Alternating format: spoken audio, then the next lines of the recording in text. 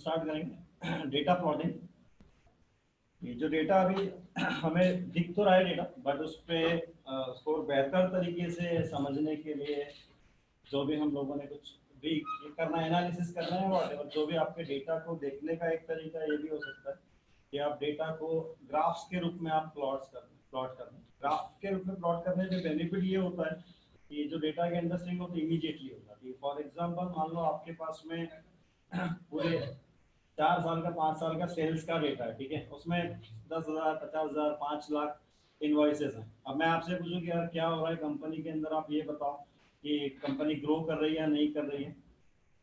ये आप बता तो पाएंगे, लेकिन ये बता पाने के लिए बहुत मुश्किल होगी हमें कि हमें बहुत सारी चीजें वहां पे एग्रीगेशन करना होगा, ग्रुपिंग करना होगा, फिर डेटा आएगा, डेटा को आप रीड करेंगे, और रीडिंग के बाद में कई सारे आपके पास में डेटा हो सकते हैं, हो सकता है कि 50 60 100 रो आई हैं आपके पास में, उसको एकदम से अंडरस्टैंड करने में थोड़ी सी प्रॉब्लम्स होंगी।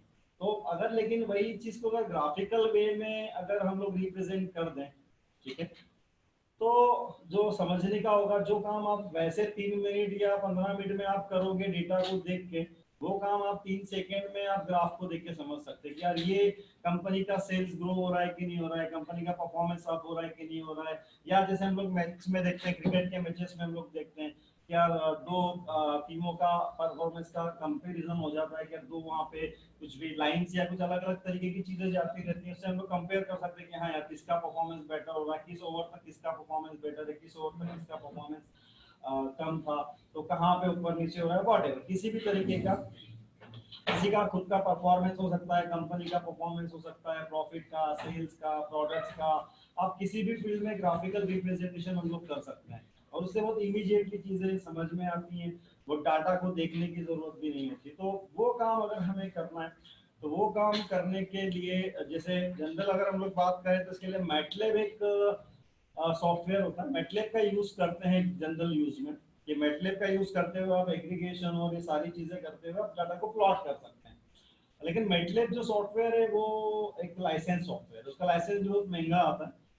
तो पाइथन में ही अगर हमें वो काम करना है जो काम हम लोग मैटलैब से करते हैं अदर लैंग्वेजेस का यूज करते हुए, तो वो काम करने के लिए हमने कुछ चीजें अभी देख ली ऑलरेडी, नम्पी देख लिया, पांडास देख लिया। तो इसके थ्रू हम लोग डाटा एग्रीगेशन वगैरह कर लेंगे, कई सारी मेथड्स हमने देख ली है, वो सारा हम लोग काम कर सकते हैं। अब डाटा प्लॉटिंग की बात आएगी तो डाटा प्लॉटिंग के लिए हमारे पास में मैटप्लॉटलिब नाम से एक पैकेज या एक मॉड्यूल अवेलेबल है, जिसका यूज करते हैं हम लोग डाटा को प्लॉट कर सकते हैं ऑन द ग्राफ। आप ग्राफिकल आप उसका प्लॉटिंग कर सकते हैं, और यहाँ पे अलग अलग तरीके के प्लॉट्स हम लोग बनाएंगे या बना सकते हैं। लाइन वाला आप बना सकते हैं, बार ग्राफ बना सकते हैं, स्कैटर्ड वाला आप बना सकते हैं, आप पाई वाला आप बना सकते हैं, ठीक है। तो हम भी बनाएंगे अलग अलग टाइप के, हम लोग ग्राफ्स बना के देखेंगे। तो ये डिपेंड करता है कि आप किस चीज के लिए क्या बनाना चाहते हैं। हिस्टोग्राम हम लोग बनाएंगे, और ये सभी का जो यूज होता है वो कुछ अलग अलग पर्पस के लिए यूज होता है। ठीक है, लाइन ग्राफ का यूज जो आप देख रहे हैं वो आपके बार से भी आपका हो सकता है। ये डिपेंड करता है कि आप किस वे में आप उसको दिखाना चाहते हैं, कंपैरिजन के वे में दिखाना चाहते हैं, कैसे आप दिखाना चाहते हैं, तो कौन सा ग्राफ बनाना है। आप सभी के लिए सारे ग्राफ्स आप बना सकते हैं। आप जो जो काम आप लाइन ग्राफ से कर सकते हैं, आप वही काम आप बार वाले से भी आप कर सकते हैं, ठीक है। वही काम हिस्टोग्राम एक डिफरेंट थिंग है। हिस्टोग्राम बेसिकली फ्रीक्वेंसी के डिस्ट्रीब्यूशन को आपको बताता है उसके अंदर। तो फ्रीक्वेंसी डिस्ट्रीब्यूशन के लिए अगर हमें चाहिए होता है तो हम लोग हिस्टोग्राम का यूज करते हैं। हम लोग देखेंगे हिस्टोग्राम में हम लोग कैसे बना सकते हैं। जैसे फॉर एग्जांपल हमारी कंपनी में मान लो 5,000 एम्प्लॉइज हैं, 5,000 एम्प्लॉइज को अलग अलग सैलरी मिल रही है। अब हम लोग सैलरी वाइज फ्रीक्वेंसी देखना चाह रहे हैं एक पर्टिकुलर बीन के अंदर। बीन का मतलब है कि रेंज के अंदर कि 1,000 से 1,200 डॉलर वाले कितने लोग हैं, 1,200 से 1,400 वाले कितने लोग हैं, 1,400 1,600 वाले कितने लोग हैं, डॉलर वाइज अगर हम लोग बात करें। तो वो आपको फ्रीक्वेंसी के लिए अगर बनाना है तो हम लोग हिस्टोग्राम को प्रेफर करते हैं वहाँ पे। और बाकी सारे कंपैरिजन वगैरह के पर्पज से अगर बनाना है तो हम लोग ये फिर अलग अलग टाइप के लाइन ग्राफ और ये वाला सब बताते हैं। और क्वांटिटेटिव अगर हमें एनालिसिस करना होता है तो हम लोग पाई चार्ट का यूज करते हैं। क्वांटिटेटिव एनालिसिस के लिए पाई चार्ट होता है। जैसे मान लो इंडिया का एक चार्ट बना दूं कि सपोज करो इसमें इतने हिंदू है, इतने सिख हैं, इतने ईसाई हैं, तो वो एक पूरे ग्राफ के अंदर एक सर्कल के अंदर बता देता है कि इतना बड़ा एरिया इसका, इतने परसेंटेज इसके हैं। वो आपका पाई चार्ट के थ्रू हमारा हो सकता है। या कोई पर्टिकुलर प्रोडक्ट्स है हमारी कंपनी के अंदर, तो हमारी टोटल सेल्स के अंदर कौन से प्रोडक्ट का कितना वेटेज है, कितना हिस्सा आता है उसके अंदर, तो वो अगर देखना तो वो हम लोग पाई चार्ट का यूज कर सकते हैं। ठीक है, तो ये अलग अलग पर्पस होंगे। अब मैटप्लॉटलिब का अगर यूज करना है तो फर्स्ट थिंग इज दैट कि मैटप्लॉटलिब आपका होना चाहिए। सपोज मैं यहाँ पे लिखता हूँ, इंपोर्ट करना है मुझे मैटप्लॉटलिब। अगर मैं इंपोर्ट करता हूँ मैटप्लॉटलिब को, तो नो मॉड्यूल नेम मैटप्लॉटलिब, सो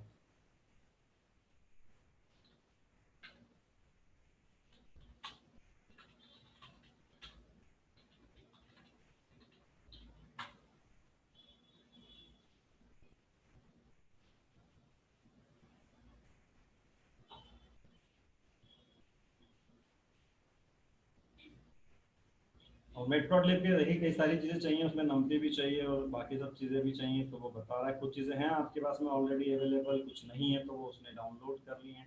तो पहला काम होगा मेटप्लॉटलिब को इंस्टॉल करने का काम, डाउनलोड और इंस्टॉलेशन का काम, वो काम हमने कर लिया है अभी यहाँ से।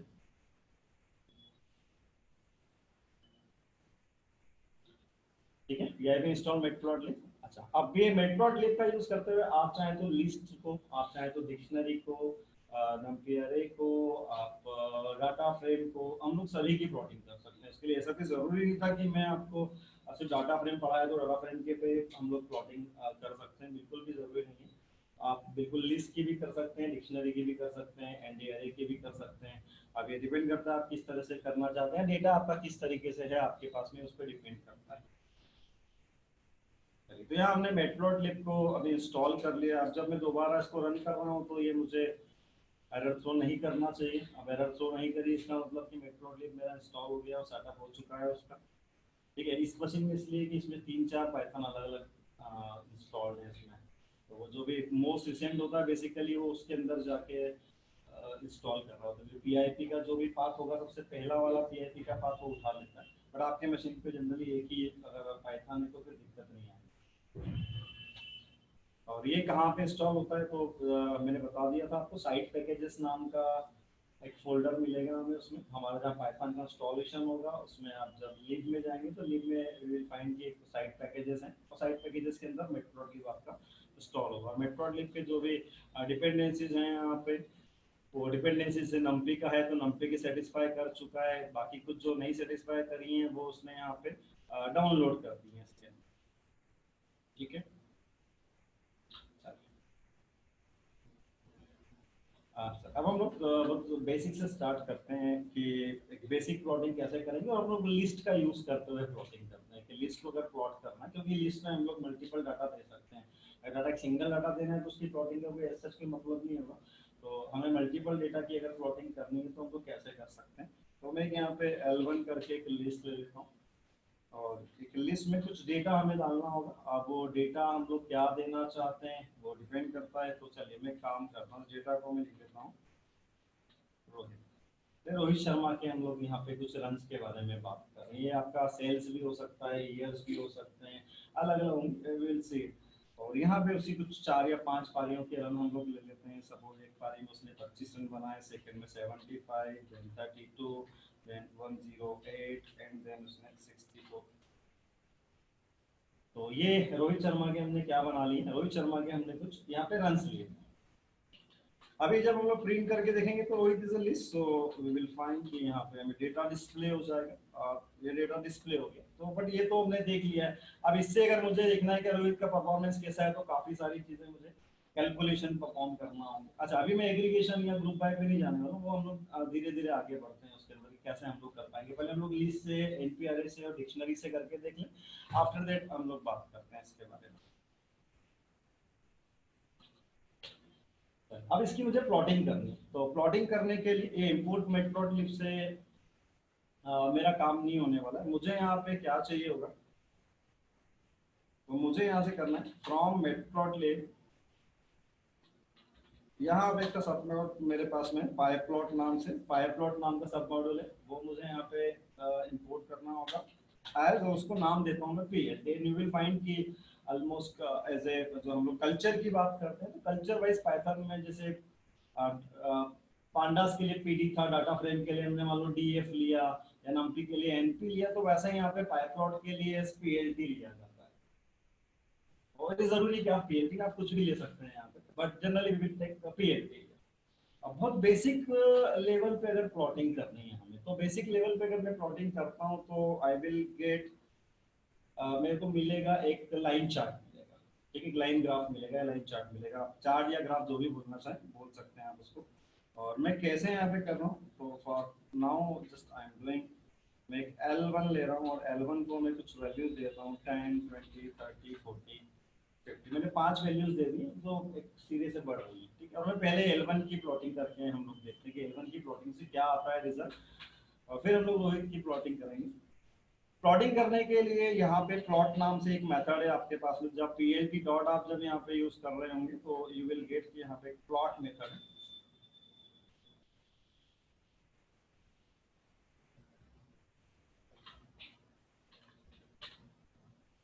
और बहुत एक यहाँ पे बिल्कुल भरा हुआ है ये भी, जैसे नमपी के अंदर काफी सारी चीजें थी, वैसे यहाँ पे भी अलग अलग टाइप्स के ग्राफ्स भी हैं, कुछ हम लोग कवर करेंगे, ठीक है। इसमें से मुझे क्या चाहिए अभी, तो मुझे चाहिए यहाँ से प्लॉट, तो पीएलटी डॉट प्लॉट, तो ये सबसे एक जो मस्ट वाली चीज होगी दैट इज आवर प्लॉट। तो पीएलटी डॉट प्लॉट, प्लॉट में we can pass many things here, arguments होंगे, स्केल होंगे, डाटा होंगे, और कई सारी चीजें हैं इसके अंदर। कुछ चीजें हम लोग देखते हैं इसमें कि plot Y versus axes lines और मार्कर्स, तो डिफरेंट डिफरेंट तरीके होंगे इसके अंदर। So I am just passing L1 here, मैंने इसके अंदर सिर्फ L1 पास कर दिया, तो मैंने पीएलटी डॉट प्लॉट L1, यानी वो प्लॉट कर देगा L1 के डाटा को। अब ये मुझे देख, अभी मैं कुछ अगर चला भी रहा हूँ तो देयर इज नथिंग, मेरे पास में कुछ हुआ नहीं है, बट एरर नहीं है मेरे पास में, तो इसका मतलब कि डाटा तो मेरा प्लॉट हुआ है बट कुछ डाटा दिख नहीं रहा है। So if you want to show your plot, अगर आप आपके डाटा जो प्लॉट किया उसको आप देखना चाहते हैं, so for that we have a show method, हमें यहाँ पे शो मेथड का यूज करना होगा। तो मैं यहाँ पे लिखूंगा, मैंने पहले काम किया कि डेटा लिया, डेटा को मैंने प्लॉट कर दिया, तो प्लॉट मेरे मेथड ने डेटा को प्लॉटिंग कर दी है। अब मेरे को उस डाटा को देखना है एज ए ग्राफिकल वे में, तो यहाँ पे मैं लिखूंगा plt डॉट शो, और plt डॉट शो सिर्फ इतना मुझे यहाँ पे पास करना है। और अब जब मैं इसको रन कर रहा हूँ देन वी कैन सी यहाँ पे एक स्ट्रेट लाइन आ गई है आपके पास में, it's our basic line graph. और चूंकि मेरा डेटा वैसा था 10 20 30 40 50, तो आप देखें यहाँ पे कि ये जो इस पे एक्सिस है, थोड़ा सा अगर आप देखेंगे तो यहाँ पे जब मैं इसको मूवमेंट कर रहा हूँ देन आप इसके राइट साइड में यहाँ पे देखिएगा, यहाँ पे कुछ डेटा आ रहा है लिखा हुआ, तो यहाँ पे x की वैल्यू आ रही है और y की वैल्यू आ रही है। तो for in general case we must have x and y, दोनों आपके पैरामीटर्स देना होते हैं, बट अगर मैं यहाँ पे x मैंने नहीं दिया, मैंने जो दिया उसने उसको y ले लिया, y का मतलब है जो लेफ्ट हैंड पे आपको यहाँ पे दिख रहा है इट्स योर y। और y में क्या आ गया आप देखें, जो मेरी लिस्ट के अंदर डेटा था,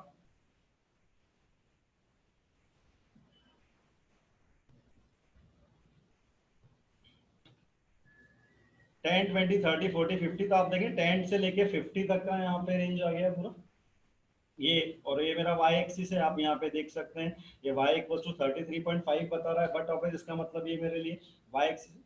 और ये जो नीचे है वो क्या है मेरा, that is my x axis.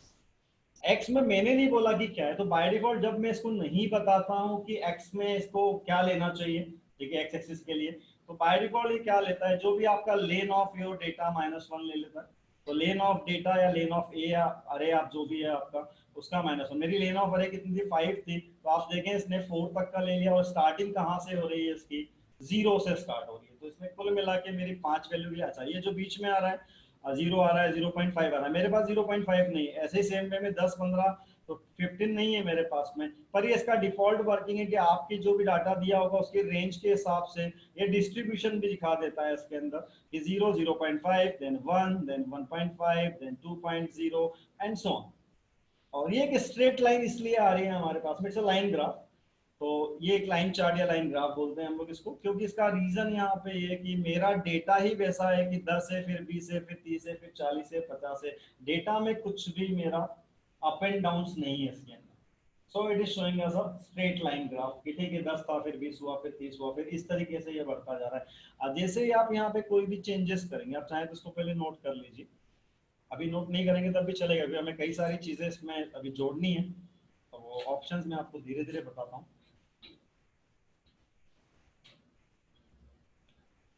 And actually this will be your project, ठीक है, ये जो चीजें होंगी ये आपका प्रोजेक्ट होगा आज का नहीं, फाइनल डे पे जो हम लोग काम कर रहे होंगे परसों, उसके बेसिस पे आपने नीचे समीर सर से डाटा सेट्स ले लेने हैं।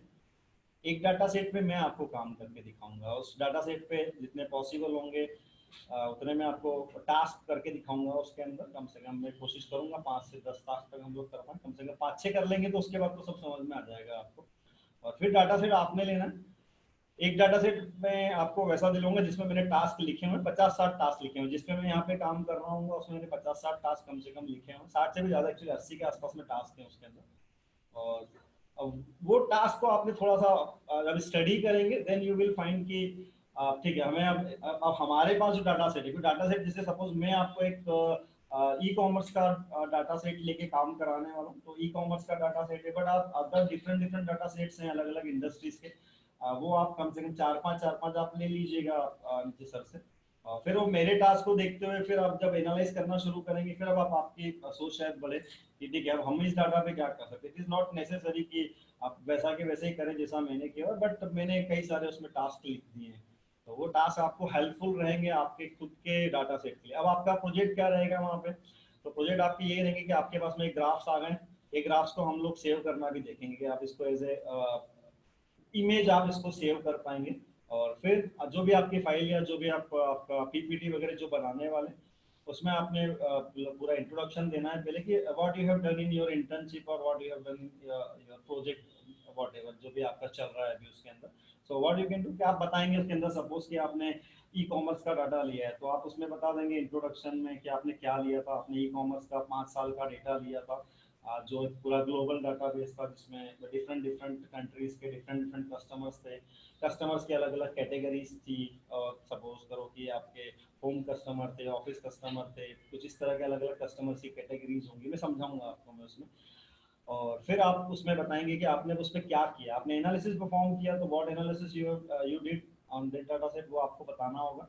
तो फिर आप अलग अलग बताएंगे कि पहला टास्क आपने क्या किया, सपोज फॉर एग्जांपल बता रहा हूँ ईयर वाइज सेल्स का आपने क्या किया, कंपैरिजन किया। सेकंड आपने year wise sales and profit wise आपने किया, ईयर वाइज प्रॉफिट वाइज आपने किया, आपने प्रोडक्ट वाइज आपने सेल्स वाइज किया, प्रोडक्ट वाइज प्रॉफिट वाइज किया, कैटेगरी वाइज किया आपने, कस्टमर की कैटेगरी के हिसाब से आपने वहाँ पे एनालिसिस किया कि कस्टमर की कैटेगरी के हिसाब से क्या क्या आपको एनालिसिस कर रहे हैं आप उसके अंदर। फिर आपने कंट्री वाइज किया कि कौन सी कंट्री के ज्यादा या कौन सी स्टेट के आपके ज्यादा कस्टमर्स है, तो आपने स्टेट वाइज कस्टमर के total of number of customer या टोटल सेल्स वैल्यू, तो आपने state wise total sales value के ऊपर आपने क्या परफॉर्म किया एनालिसिस। आप अपना लिखेंगे उसमें टास्क में आप ये बता देंगे कि आपने ये करना है। और आफ्टर दैट आपका कोड जो भी कोड होगा, मेरे कोड यहाँ पे रहेंगे आपके पास में, वो कोड आप ले जा सकते हैं, उसका आपको हेल्प भी मिल जाएगा, वैसे भी आप समझ जाएंगे, इतना कोई दिक्कत नहीं है। और आफ्टर दैट आप अपने कोड्स लिखेंगे, कोड में आपके पाइथन का प्रोग्राम होगा, और उसके नीचे फिर आपका क्या आ जाएगा, उसके नीचे आप लगा देंगे आपका एक ग्राफ। तो आप 10 भी कर लेंगे तो आप एटलीस्ट मान के चलें कि 40-50-60 पेज की पीपीटी आपकी रेडी हो जाएगी, तो वो आपका एक्चुअली प्रोजेक्ट हो जाएगा। ठीक है, क्योंकि आप डेटा एनालिसिस में ये मत सोचिए कि आपके पास में एक्चुअली मैं अगर ये ग्राफ देख रहा हूँ तो it is front end for me, ना graph is front end for my data. अभी तक डेटा में फ्रंट एंड नहीं था, बट डेटा के लिए अगर मुझे उसको ग्राफिकल वे में अगर मैंने दिखा दिया तो that is graphical representation of my data या माय एनालिसिस, तो वो आपके लिए प्रोजेक्ट है।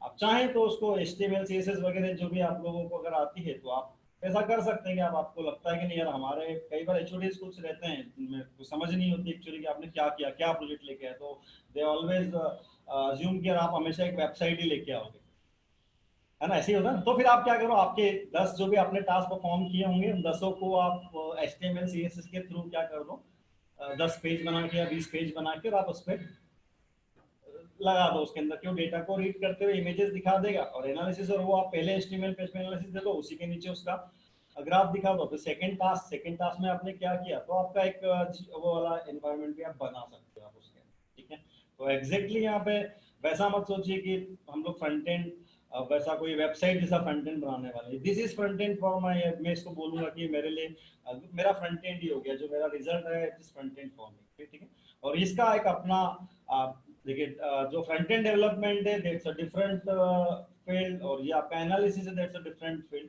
एनालिसिस वाले को जो एनालिसिस करने बैठेगा उसको कोई मतलब नहीं कि उसको किसी वेबसाइट में डाटा दिखाना है, उसके अंदर उसका काम है एनालिसिस कर दिया, ग्राफ जनरेट हो रहे हैं, अब वो ग्राफ जनरेशन जो भी हो रहे हैं कहाँ दिखाना चाहते हैं, कैसे आप दिखाना चाहते हैं, वो आप कर सकते हैं। हाँ, अगर आगे कुछ प्रोग्रामिंग लैंग्वेजेस आपको अगर आती हैं, सपोज पाइथन का यूज करते हुए आप बना सकते हैं, तो आप एक काम कर सकते हैं कि आप जैसे एक्सेल की फाइल को डायरेक्टली आप अपलोड कराएं फ्रंट एंड के थ्रू, फिर उसमें आप बता दें कि आपको एक्स और वाई एक्सिस क्या लेना है, उस पर क्या ग्रुपिंग करना है, क्या एग्रीगेशन करना है, then only you can generate your graphs by your front end. आप है ना आपकी किसी वेबसाइट या उसके थ्रू भी आप जनरेशन बता सकते हैं, बट वो इतना आसान नहीं है, क्योंकि एक डाटा सेट पे जैसे मैं बोल रहा हूँ कि आपके सैकड़ों अलग अलग तरीके के एनालिसिस हो सकते हैं, उसमें अलग अलग तरीके की पचासों आपकी ग्रुपिंग और एग्रीगेशन के फंक्शन आपके लगेंगे उसके अंदर, तो यू कांट बी फिक्स ना यार वहां पे मैं यही वाला एग्रीगेशन करूं और यही वाला, वो फिक्स नहीं हो सकता है आपका।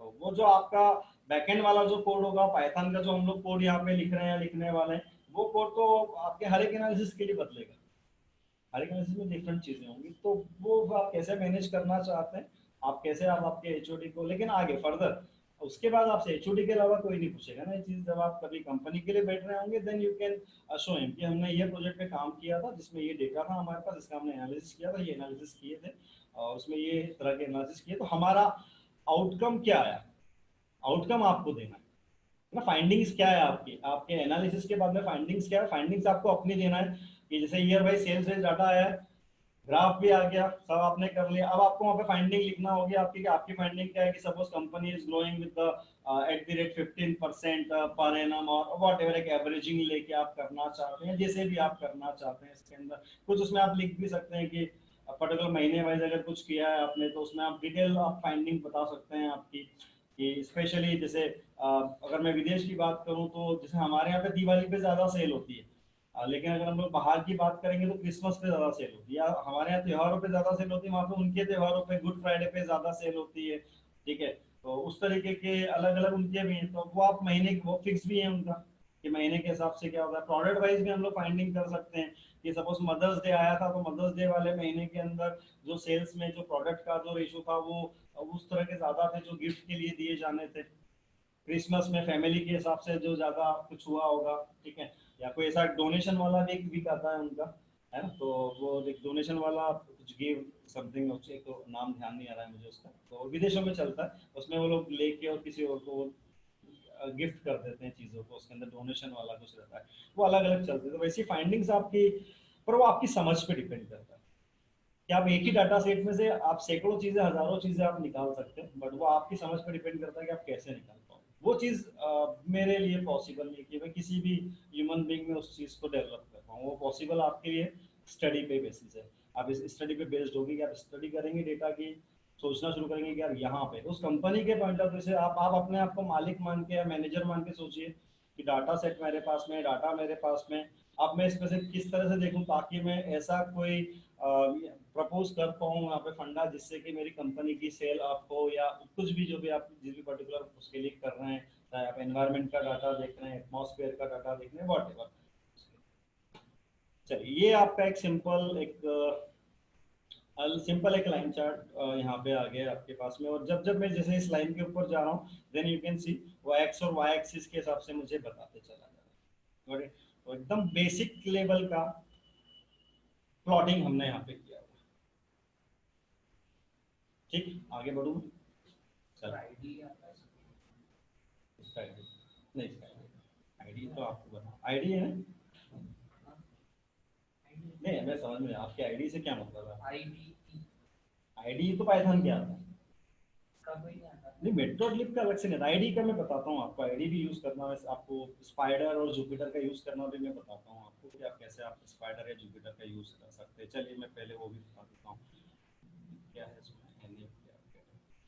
चलिए आप लोग भी जैसे जनरली डाटा एनालिसिस के फील्ड में हम लोग, ठीक है मैं यहाँ पे कर रहा हूँ, आपने देखा कि मुझे कहीं कोई प्रॉब्लम क्रिएट नहीं हुआ है, मैंने सब नम्पी पांडास मेट्रोलिब सब मैंने यूज कर लिया है अपने कोर पाइथन वाले सॉफ्टवेयर, बस मुझे पीआईपी इंस्टॉल करना पड़ता है और काम हो जाता है, but for data analysis purpose we have special ID, एक स्पेशल आईडी है हमारे पास में, it is called Anaconda, Anaconda के नाम से यहाँ पे एक आईडी अवेलेबल है आपके पास में, अनाकोंडा का यूज करते हैं हम लोग। डाटा एनालिसिस, डाटा साइंस वाली फील्ड जब होती है, प्लॉटिंग वाली फील्ड के लिए आप अनाकोंडा का यूज करते हैं। नॉर्मल अगर आईडी का यूज करना है तो आप पाइचाम का यूज कर सकते हैं। पाइचाम का यूज करते हुए आप जेंगो भी आप यानी आप वेब डेवलपमेंट भी आप आसानी से कर सकते हैं, जेंगो वेब डेवलपमेंट, और एज वेल एज आपके पाइथन की कोडिंग भी थोड़ी आसान हो जाएगी आपके लिए, है ना। होता कुछ नहीं है, ये तो अलग अलग चीजें चल रही है मेरे पास में, क्योंकि मुझे कोड यहाँ लिखना होता है और मेरा रिजल्ट यहाँ पे आता है। आईडीज में ये दोनों चीजें ऊपर नीचे एक साथ हो जाती हैं आपके पास में, अदरवाइज ऑलमोस्ट सारी चीजें एक ही जैसी रहती हैं। उसमें भी मुझे F5 प्रेस करना है तब जाके मैं इधर आता हूँ, इधर से उधर करना पड़ता है। हाँ, ये फर्क पड़ता है कि मुझे यहाँ पे जो लाइब्रेरीज चाहिए वो लाइब्रेरीज मुझे मैन्युअली सब डाउनलोड करना पड़ती है, जो कि पहले से अवेलेबल नहीं है। लेकिन आपके स्पेसिफिक, जैसे मैंने कहा आपको अनाकोंडा, अनाकोंडा डाटा एनालिसिस, और उसके लिए जैसे जुपिटर या वो यूज करते हैं, तो वहाँ पे पांडास, नमपाई, साइपी, मैटप्लॉटलिब, ये सब आपको पहले से ही उसमें है, क्योंकि उसका साइज भी बड़ा है। यहाँ हम लोगों ने पाइथन को इंस्टॉल किया तो 25 MB का था। धीरे धीरे बढ़ते जा रहा है हमारे पाइथन का साइज, जैसे जैसे हम लोग इंस्टॉलेशन बढ़ाते जा रहे हैं वैसे वैसे साइज बढ़ता जा रहा है। उन्होंने क्या किया, अनाकोंडा एक ऐसा पाइथन का वेरिएंट बना दिया कि जिसमें उन्होंने वो सारी लाइब्रेरीज जो उनको लगता है कि डाटा एनालिसिस, डाटा साइंस के हिसाब से जरूरी है या मस्ट है, जिनकी जरूरत पड़ सकती है यूजर को, वो सारी पैकेज करके दे दी ना उनके पाइथन के इंस्टॉलेशन में। वो सारी चीजें आपको मिल जाएगी, और उसको यूज करने के लिए आपको आईडी भी दे दिया है उसके अंदर। तो वो आईडी कैसे काम कर रहा है, तो ये अब थोड़ा इसके बारे में और सिर्फ पढ़िएगा, बता देता हूँ। यहाँ पे एक अनाकोंडा आप देख सकते हैं, एनाकोंडा के नाम से 64 बिट यहाँ पे अवेलेबल। यहाँ अनाकोंडा का नेविगेटर, इन अनाकोंडा में जो भी सारे ऑप्शन आपके पास में अवेलेबल है वो एक सिंगल पेज में आ जाएंगे। देन यू कैन, आप बोल सकते हैं कि उसका होम पेज जैसा है आपके पास में कुछ अनाकोंडा नेविगेटर के अंदर, जहाँ पे आपका पहला पेज ओपन होगा जिसमें अनाकोंडा से रिलेटेड कई सारे जो भी फैसिलिटीज अवेलेबल है वो आपकी ओपन हो जाएंगी। डायरेक्टली अगर हम लोग देखें तो हमारे पास एक अनाकोंडा का पावर शेल प्रॉम्प्ट है और एक अनाकोंडा का प्रॉम्प्ट है। अगर मैं अनाकोंडा के प्रॉम्प्ट को ओपन करता हूँ तो ये कमांड लाइन ओपन कर देगा। जो सीएमडी जो हमारा कमांड लाइन होता है बिल्कुल ये वैसा ही सीएमडी होगा जो अनाकोंडा की तरफ से आपको मिला होगा। तो बाय डिफॉल्ट इसका जो पाथ होता है वो अनाकोंडा के अकॉर्डिंगली सेट होता है, उसके अंदर एग्जैक्टली वैसा नहीं है। और यहाँ आपको अगर करना है सिंपल, जैसे मान लो मैं पाइथन लिखता हूँ, तो पाइथन लिखने पे आप देखें वही हो रहा है जो आपके शेल पे हो रहा था। आपका जो पाइथन का शेल या इंटरेक्टिव मोड ओपन होता है बिल्कुल वैसा ही होता है। तो ये वही चीज है। और यहाँ पे भी डायरेक्टली अगर आपको चलाना है तो आप यहाँ से एग्जिट करके जहां पे भी आपकी फाइल अवेलेबल है आप यहाँ पे पाइथन लिख के और आपका पाथ लिख के और जो भी आपकी फाइल का नाम है, जो हमने पहले इसमें देखा था कि स्क्रिप्ट मोड में आप कैसे आप रन कर सकते हैं, तो स्क्रिप्ट मोड वाली रनिंग करना है तो आप डायरेक्टली पाथ के साथ में रन कर दीजिए। और आप डायरेक्टली कुछ इंटरेक्टिव मोड में काम करना चाह रहे हैं तो आप पाइथन करके आप काम कर सकते हैं यहाँ पे। तो इट्स क्वाइट ईजी, आप इस तरह से आप यहाँ पे काम कर सकते हैं। सेकेंड है यहाँ पे जैसे एक पावर शेल भी, जैसे पावर शेल हमारे विंडोज का आता है, तो विंडोज में भी एक कमांड प्रॉम्प्ट अलग आता है, पावर शेल आपका अलग आता है, ठीक है। तो PowerShell basically Windows base के लिए प्रीफर्ड वे होता है। आपको कुछ अगर काम करना है तो पावर शेल पे बोलते हैं कि विंडोज पे काम कर रहे हैं तो आप पावर शेल का यूज करिए। होता वो कमांड लाइन जैसे ही उसके अंदर, बट वो पीएस यानी पावर शेल के नाम से है वो कमांड लाइन आपका। और यहाँ पे भी आपको काम वैसे ही करना है, स्क्रिप्ट मोड में काम करना है जैसे भी काम। ये तो ठीक है, बहुत बेसिक्स है। आफ्टर दैट यहाँ पे एक चीज है आपके पास में, it is called Jupyter notebook. और Anaconda is not necessary for Jupyter notebook, मैंने ये भी बता देता हूँ आपको कि आपको जुपिटर नोटबुक अगर यूज करनी, Jupyter notebook is browser based environment to run Python code. Browser based environment होता है पाइथन के कोड को रन करने के लिए। सो आप पीआईपी इंस्टॉल जुपिटर नोटबुक करके भी आप इंस्टॉल कर सकते हैं, उसके लिए जरूरत नहीं है कि आप अनाकोंडा को डाउनलोड करें। आप थोड़ा देखेंगे तो आप बिल्कुल कर पाएंगे। और एक है आपके पास में स्पाइडर। स्पाइडर एक आईडी है, स्पाइडर एक आपके पास में आईडी है और एक प्रॉपर आईडी है जिसमें वो दोनों चीजें जो मैं आपको बता रहा था कि यहाँ पे हम अलग अलग काम कर रहे हैं, ये दोनों चीजें वहाँ पे आपके पास में एक साथ हो जाएंगी। आपका एक शेल भी होगा आपके पास में और आप कोडिंग भी कर पाएंगे, और आपका आईपाइथन का एक शेल भी होगा जिसमें आपका रिजल्ट भी आपको वहीं पे दिख रहा होगा। और ये थोड़ा टाइम लेता है, थोड़ा हैवी सॉफ्टवेयर है।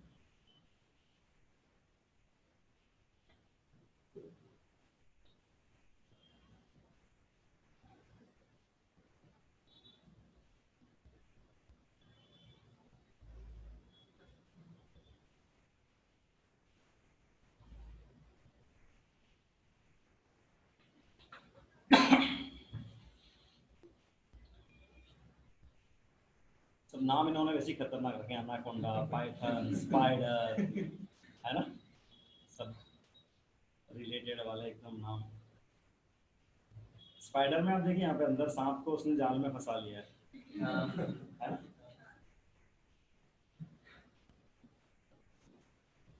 बहुत इसके वेरिएंट, सबके नाम कुछ कुछ ऐसे रिलेटेड नाम ही होते हैं अलग अलग सांपों पे या वैसे। पाइथन का एक्चुअली पाइथन से रिलेटेड है ही नहीं, सबसे बड़ी बात ये है। मैंने आपको बताया था कि मोंटी पाइथन सर्कस नाम से एक प्रोग्राम आता था, ये उस पे बेस्ड है, और ये बाकी सबने फिर उसको सांप जैसे ही बना लिया है। लैंग्वेज का नाम पाइथन है तो आईडी भी वैसे ही, हाँ नाम उन्होंने वैसे ही रखा है उसके अंदर, वो रिलेट करने में आसान हो जाता है लोगों को।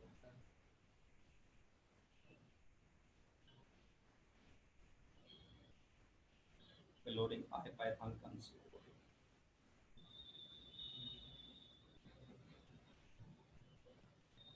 ये स्पाइडर तकरीबन मुझे 400 450 MB के आसपास का डाउनलोड होगा। सर आर लैंग्वेज में क्या प्रॉब्लम आती है?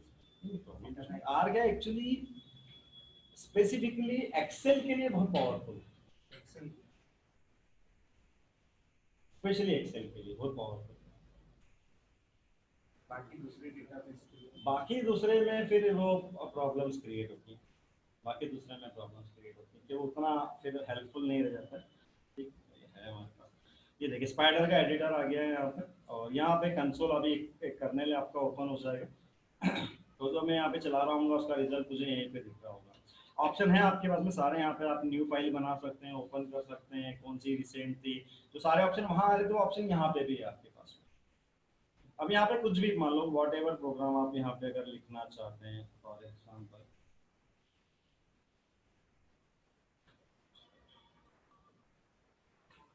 जो ऊपर लिखा हुआ है इसकी सेटिंग्स में जाके आप कहीं चेंज भी कर सकते हैं। मान लो एक मैंने प्रोग्राम लिख दिया और सिंपल अभी मैं इसको प्लॉटिंग नहीं कर रहा हूँ, मैं यहाँ पे सिंपल प्रिंट कराता हूँ, ये प्रिंट लिखता हूँ तो प्रिंट किए, देखिए यहाँ पे ऑप्शन आ गए। ऐसे ऑप्शन हमारे पास वहाँ पे भी आ ही रहे थे, ठीक है, लेकिन यहाँ पे और ज़्यादा बेहतर तरीके से डिस्प्ले हो जाएंगे। वहाँ पे एक सिंगल लाइन चली आ रही थी, यहाँ पे और ज़्यादा आसान है आपके लिए देख पाना कि यहाँ पे क्या क्या ऑप्शन आप दे सकते हैं। तो मुझे यहाँ पे L1 को प्रिंट करना है, तो अब ये रन का ऑप्शन है मेरे पास में, ये डिबग मोड के ऑप्शन है आपके, तो यहाँ पे रन में कर रहा हूँ, और ये एग्जीक्यूट इन करंट कंसोल, तो ठीक है मैं रन कर रहा हूँ, and then you can see the result is here. ठीक है, मेरे को इधर उधर कुछ करने की जरूरत नहीं हो रही है उसमें, मेरे को यहाँ पे जो भी पास करना है मैं डायरेक्टली यहाँ पे पास कर पा रहा हूँ। आप जो भी चेंजेस करना चाहें एग्जैक्टली वही काम है जो अभी तक आप करते आ रहे थे। यहाँ पे एक एक्सप्लोर वगैरह के वेरिएबल्स कौन से हैं, तो वेरिएबल बता रहा है आपको, देख सकते हैं L1 है, उसका टाइप है लिस्ट, साइज है 5, वैल्यूज है 10, फाइल कौन सी है आपकी, तो फाइल इतनी सारी फाइल्स के बारे में बता रहा है। हेल्प में जाके आप पता कर सकते हैं क्या हेल्प आपको लेना है इसके अंदर। तो थोड़ा सा एक GUI वाला एनवायरनमेंट आपको मिल गया है इसके अंदर, so it is quite easy to use, कि आप यहाँ पे आसानी से आप उसको यूज कर सकते हैं। अच्छा आपने देखा फ्रॉम मेटप्लॉटलिब जो मैंने लिखा हुआ, अच्छा यहाँ पे बता भी रहा है कि आपकी वर्किंग डायरेक्टरी कौन सी है, रन फाइल कौन सी कर रहा है, किसके थ्रू कर रहा है, वो सब बता रहा है आपको। तो यहाँ पे लिखा डिटेलिंग में है आपके पास। यहाँ मैं जब प्लॉटिंग कर रहा हूँ, अच्छा यहाँ पे आप देखें मेटप्लॉटलिब में matplotlib as imported but unused, ये आपको ये भी इंफॉर्मेशन बता रहा है कि आपकी मेटप्लॉटलिब आपने इंपोर्ट तो करी है बट उसका कोई भी यूज नहीं किया है प्रोग्राम के अंदर। तो आईडी वाले जो सारे फीचर्स होते हैं वो सारे फीचर्स आपको यहाँ मिल जाएंगे, जैसे जावा में जिन्होंने काम किया हो नेटबीन्स या एक्लिप्स या माई एक्लिप्स या ऐसे कई सारे आईडीज आप अलग अलग यूज करते हैं, तो वहाँ पे भी सारी चीजें होती है कि आपने कुछ इंपोर्ट नहीं किया तो बता देता है कि आपको ये इंपोर्ट करना पड़ेगा। तो वैसे आपको सारे फीचर्स यहाँ पे भी मिल जाते हैं। और अब जब मैं इसको यहाँ पे रन कर रहा हूँ देन यू कैन सी, ये देखिए आपका ग्राफ यहाँ आ गया।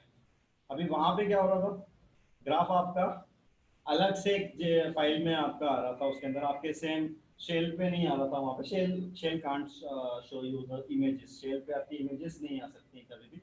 But here we can see कि इनका जो ये कंसोल, इस कंसोल पे हमें ये बता पा रहे हैं, यहीं पे हमारा ग्राफ भी आ गया है, जो भी हमारा ग्राफ है fine the same thing is here. जो आपका ग्राफ था उसको छोटा बड़ा कुछ करना है आपके पास में वो सारे ऑप्शन भी है, सेटिंग्स करना है इधर से उधर लेके जाना है वो ऑप्शंस भी हैं आपके पास में। प्रोजेक्ट्स वगैरह मान लो आपने कोई फोल्डर बना दिया, उस फोल्डर के अंदर सारी फाइल आप रख सकते हैं, तो प्रोजेक्ट्स वगैरह में आपने नया प्रोजेक्ट बना के और आप एक सारी फाइलों को एक ही प्रोजेक्ट के अंदर आप डाल सकते हैं। प्रोजेक्ट आप कहाँ स्टोर करना चाहते हैं वो सब आपसे यहाँ पे ले लेगा इसके अंदर इंफॉर्मेशन, तो एज ए फोल्डर जैसा हो जाएगा। ये प्रोजेक्ट का एक्सप्लोरर भी ओपन हो गया, जैसे ही मैंने प्रोजेक्ट के लिए लिखा उसने एक्सप्लोरर भी ओपन कर दिया, राइट। तो ये आप थोड़ा यूज करेंगे तो अपने आप मुश्किल से आधा घंटा भी लगेगा आपको और आप इससे यूज हो जाएंगे। और ये जब रोहित का है तो अभी बता रहा है इस प्रोग्राम के अंदर आप देख सकते हैं वेरिएबल आपके पास में दो है, एक एल1 है, एक रोहित है, दोनों की वैल्यूज क्या हैं, दोनों लिस्ट टाइप के हैं और ये सारी चीजें हैं। तो दिस इज अवर स्पाइडर, ये स्पाइडर है जो आप यूज कर सकते हैं। ठीक है, आसान है यहाँ पे काम करना, ज्यादा आसान है पहले के मुकाबले में। और अगर मैं यहाँ पे फ्रॉम मैटप्लॉटलिब नहीं ले रहा हूँ, ठीक है, और अब जब मैं यहाँ पे देख रहा हूँ, अब यहाँ पे देखिए दो एरर आ गए, code analysis undefined name PLT, code analysis undefined name PLT. अभी जनरली हम लोग रन करते हैं उसके बाद समझ में आता है कि अरे हमने कुछ गलती कर दी है इसके अंदर। ठीक है, अभी यहाँ पे ऑप्शन है go to line file switcher, ये सारे ऑप्शन हमें यहाँ पे दिखा भी रहा है इसके अंदर। ठीक है, क्योंकि मैंने लाइन को वहाँ पे कर दिया, कुछ भी प्रॉब्लम होगी इट विल शो यू, ये आपको बता दें। ये आपका आईडीई है। और दूसरा है आपका Jupyter. Jupyter is not exactly an IDE, वो आईडीई नहीं है, वो बेसिकली एक ब्राउजर बेस्ड इन्वायरमेंट है आपके पाइथन के कोड्स को रन करने के लिए। और जनरली डाटा एनालिसिस वाले जुपिटर का यूज ज्यादा करते हैं। वो क्यों करते हैं वो भी मैं रीजन क्या है बता देता हूँ। अब ये एक प्रॉब्लम है,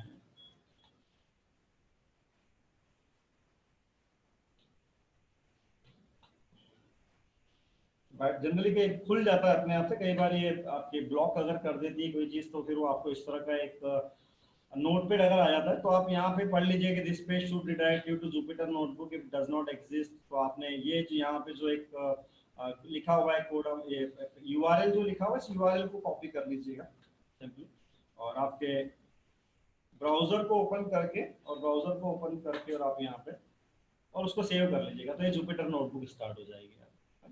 और यहाँ पे बता रहा है जुपिटर के अंदर कहाँ पे कौन सी फाइल्स वगैरह है आपकी, वो फाइल्स के बारे में। अच्छा, जुपिटर के फाइल्स में डॉट पीवाई वगैरह टाइप की फाइल नहीं होगी यहाँ पे। ठीक है, एक्चुअली वो मैंने कहा आपको कि ये एक ब्राउजर बेस्ड इन्वायरमेंट है, तो यहाँ को सेव भी करने होंगे तो एचटीएमएल टाइप के फॉर्मेट में सेव करता है चीज़ों को, रन हो जाते हैं आपके कोड दोबारा से, लेकिन बाय डिफॉल्ट वो सेविंग आपकी डॉट पीवाई फाइल या वैसी सेविंग्स नहीं होंगी यहाँ पे। यहाँ पे आपको क्या करना है, मुझे यहाँ पे पाइथन 3 मेरे को एक न्यू करके ओपन करना है। यहाँ पे आप टेक्स्ट फाइल लेना चाह रहे हैं, फोल्डर बनाना चाहते हैं, टर्मिनल लेना चाह रहे हैं, तो मुझे यहाँ पे नोटबुक एक पाइथन 3 की create new notebook with Python 3 नया नोटबुक ओपन करना है। एनपीबी से आपकी नोटबुक जो भी आप बना रहे होंगे वो हो जाएगी। ये देखें यहाँ पे एक अच्छे से एक कोड सामने आ गया आपके पास में। इसका बेनिफिट देखें, यहाँ पे मैं ले रहा हूँ a=5 ले लिया मैंने b=सपोज 10 ले लिया है। अब यहाँ पे दे रहा हूँ मैं a+b। जब मैं a+b दे रहा हूँ ऊपर रन का ऑप्शन है मेरे पास में, रिजल्ट आ गया मेरा 15। At the same time I can work on other things here.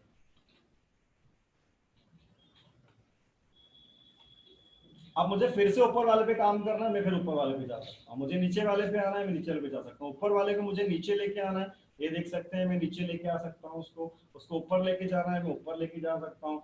अभी ये फैसिलिटी नहीं है आपके पास में, अभी आपके पास में एक बार में आपके एक ही फाइल पे आप होते हो और एक ही फाइल का एक कोड आप चला लेते हो, ठीक है। लेकिन यहाँ पे वो फैसिलिटीज अवेलेबल है कि आप यहाँ पे इंसर्ट कर सकते हैं सेल्स को, नए सेल्स आपको इसके ऊपर नीचे बनाने, जैसे मैं यहाँ पे मुझे इंसर्ट करना है तो इंसर्ट सेल अबाउ, ये देखिए यहाँ पे इंसर्ट सेल बिलो करना, एक नया सेल आ गया मेरे पास में, सेल को ऊपर नीचे करना है, ये सारी फैसिलिटीज अवेलेबल है, कट कॉपी पेस्ट और सब चीजें यहाँ पे अवेलेबल हैं आपके पास में, जो आप यहाँ पे अब यूज कर सकते हैं। Fine, clear. और जिस पे आप होंगे, जिस पे आपका कंट्रोल होगा, वो वाला कोड आपका रन कर रहा होगा यहाँ पे। और कंट्रोल Z करता हूँ और मैं आता हूँ अपने ये वाले कोड पे। आपने देखा स्पाइडर में वहां पे कहीं एरर नहीं आया मेरे पास में मैटप्लॉटलिब के लिए या किसी और चीज के लिए कि नंपी नहीं है या पांडास नहीं है, ये मैंने यहाँ पे रन कर दिया। अब जब मैं यहाँ पे इसको रन करता हूँ देन वी कैन सी एक फिगर आपका है और फिगर अलग से ओपन होगा। ये इसका सर्वर है, सर्वर चलता रहेगा आपका। एक्चुअली यहाँ पे आ नहीं पाया है इसमें, तो एक्सटर्नली आना चाहिए था, but for that what you can do,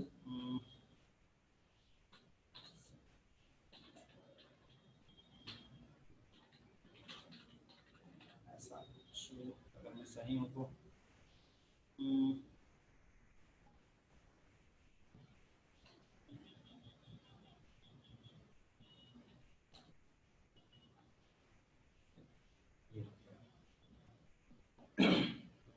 आगे। तो अगर आप एक अभी कुछ वर्जन जो नए आए उसमें ये ज़रूरत नहीं होती लाइन को लिखने की, और उस केस में ये क्या करता है, जैसे अपनी अलग से भी इमेज आ रही थी ना, वैसी इमेज आपकी ओपन हो जाएगी, बट आप चाहते हैं कि आपकी इमेज यहीं इंटरनली आ जाए इसी के रिजल्ट में, तो आपको फिर ये लाइन आप यहाँ पे नोट कर सकते हैं, परसेंटाइल मेट्प्लॉटलिब इन लाइन, ताकि मेट्प्लॉटलिब का जो भी आपका ग्राफ आ रहा है वो ग्राफ भी आपका इसी में आ जाए। कुछ नए वर्जन में आने लगा है, वो मैंने रन किए थे, उसमें मुझे जरूरत नहीं थी परसेंटाइल मेट्प्लॉटलिब इन लाइन लिखने की, बट अभी जैसे उसने नहीं बताया, कि उसे पता है कि इमेज है आपके पास, बता भी दिया था आपको पहले वाले रिजल्ट के अंदर, बट उसे शो नहीं करी थी हमें, तो आप परसेंट में मेट्प्लॉटलिब इनलाइन करके और you can see your information here. Clear?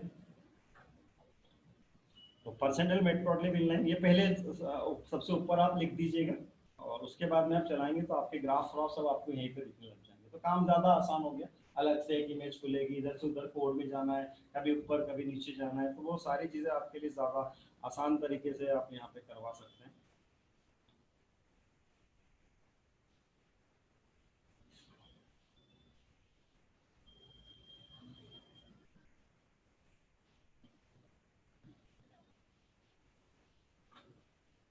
In the same way अब मैं यहाँ पे डाटा फ्रेम वाला जो कोड है मेरा, वो मैंने यहाँ पे अभी पेस्ट कर लिया, और यू कैन सी बिल्कुल काफ़ी हद तक टेबुलर फॉर्मेट में आपको डाटा दिखा रहा है उसमें, और बड़ा आसान हो गया डाटा आपके लिए यहाँ पे आप देख पाना उसको, है। तो यहाँ पे आपने कुछ लिखा उसका रिजल्ट इमीडिएटली नीचे है आपके पास में, इधर से उधर जाने कुछ चेंजेस करना है तो जल्दी चेंजेस आपके हो जाएंगे। इसके बाद फिर से ऊपर वाला कोड चला रहा है कुछ देखते हुए, फिर से आप ऊपर वाला कोड आप चला सकते हैं, चेंजेस कर सकते हैं, तो ये बेनिफिट आपको यहाँ पे मिल जाएंगे। तो थोड़ा सा आप जुपिटर नोटबुक फिर से अवेयर हो जाइएगा, और जो भी आप टास्क करने वाले हैं आप कोशिश करें कि आप जुपिटर नोटबुक के थ्रू वो टास्क करिए आप उसमें, तो वो ज़्यादा बेहतर रहेगा।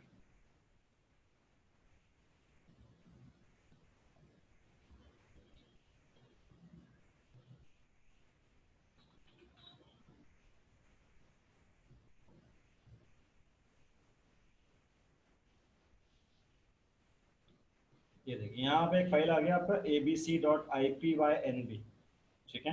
तो यहाँ पे डॉट पी वाई फाइल, ये सब आपका पाथ नहीं आ रहा, डॉट पी वाई जैसा नहीं है, पूरा की पूरा जितना मेरा उस नोटबुक पे वो सारा आता है, NB for notebook, IPython notebook, basically इसका मतलब हो गया, I P Y N B का मतलब है आई पाइथन नोटबुक। एक आई पाइथन भी पहले अलग से आता था, वो भी एक ब्राउजर बेस्ड इन्वायरमेंट था, बट आजकल वो बंद कर दिया। अब जब इसको आप ओपन करेंगे तो यहाँ पे ये देखिए आपका पूरा की पूरा नोटबुक आपका यहाँ पे लोड हो गया है ना, ठीक है। तो कभी काम का है तो आप इस तरह से लोड करवा सकते हैं आपके नोटबुक्स को। फाइन।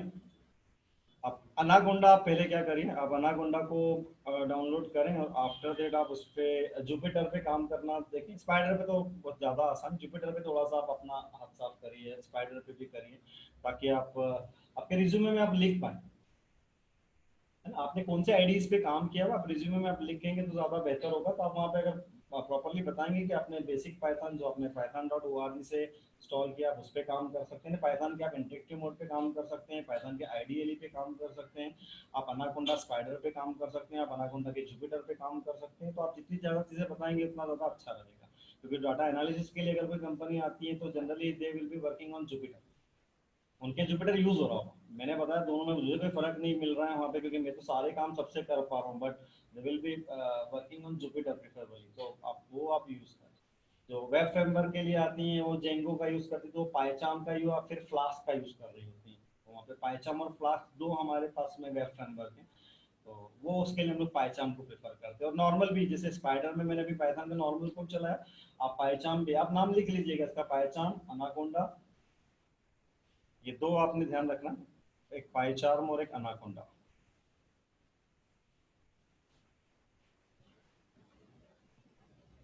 पाइचा में भी जैसे स्पाइडर ओपन हो वैसा पाइचा में भी ओपन हो जाएगा, और आप अपने कोड लिख के रन करके देख सकते हैं, वहाँ पे भी सारे ऑप्शन होंगे, आप फाइल कौन सी आप फाइल कहाँ सेव करना चाहते हैं, कैसे ओपन करना चाहते हैं, कैसे प्रोजेक्ट आप लेना चाह रहे हैं, प्रोजेक्ट एक्सप्लोरर वहाँ पे भी आ जाएगा। So it is too easy to work with.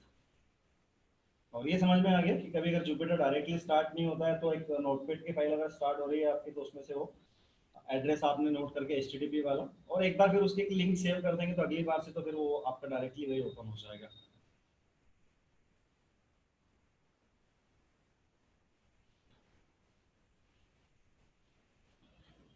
हाँ, अभी दोबारा हम लोग इस पे आते हैं और ये मेरा कोर पाइथन में हमने MP1 को यहाँ पे रन कर रहा हूँ इसमें, और यहाँ हमने देखा कि हमारा एक प्लॉट यहाँ पे आ गया, एक फिगर यहाँ पे अलग से आ गई है हमारे पास में, और फिगर के भी कई सारे ऑप्शन है इसके अंदर।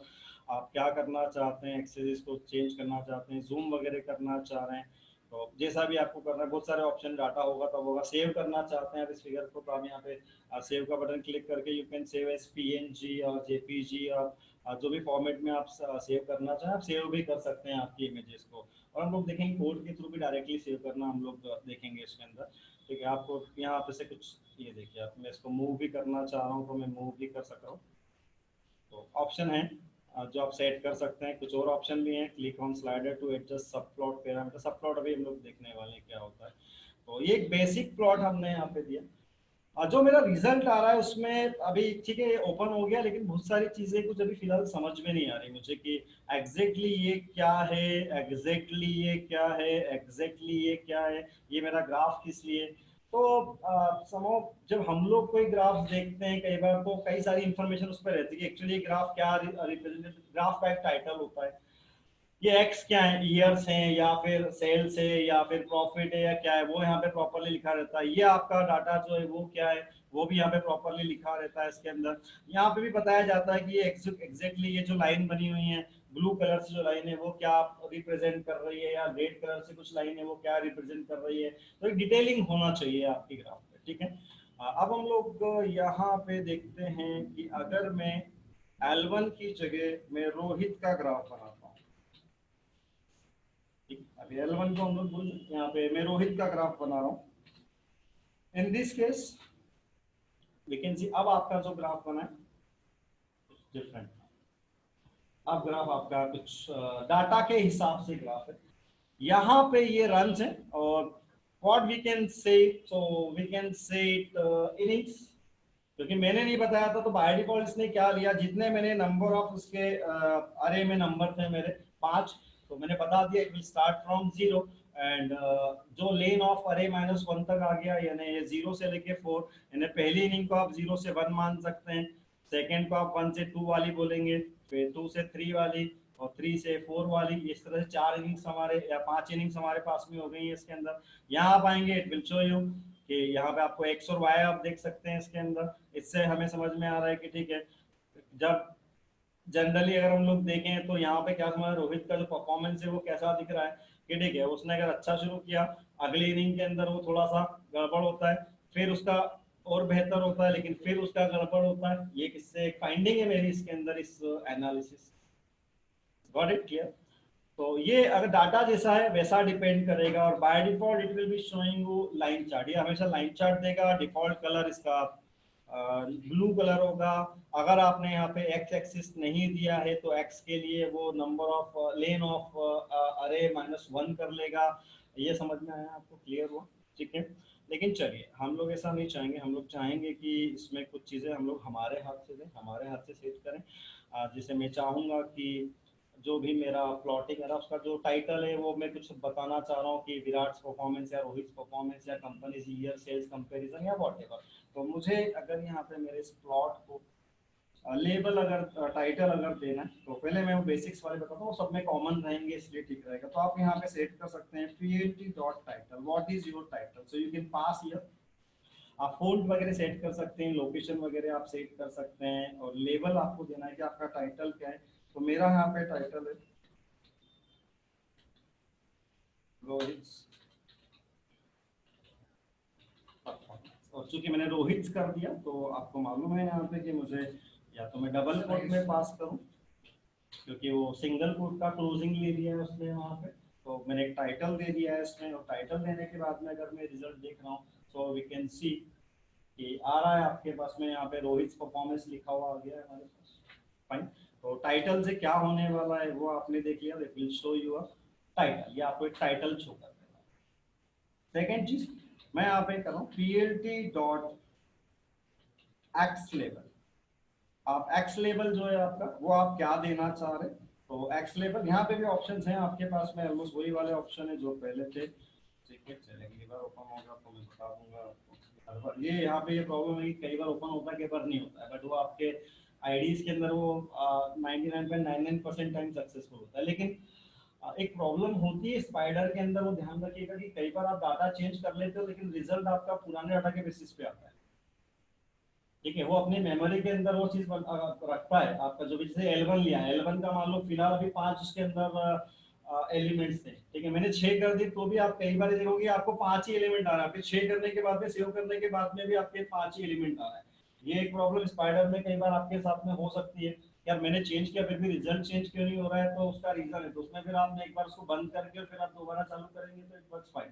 ठीक है, उसका एज सच कुछ, या फिर उसके ऑप्शन कुछ है, आप वो ऑप्शन यूज कर सकते हैं, बट बेसिकली वैसा है। एक्स लेवल क्या देना है, so my X levels are innings, so I put it here innings, and you can see here innings are here. Got it? Clear? मेरे को यहाँ पे देना है मेरा y लेवल क्या है, so I will pass here my y level, so here my y level, and y level is runs, like runs, so I put here runs, so you can see runs are here, innings are here. अब ज्यादा बेहतर है किसी को समझने के लिए,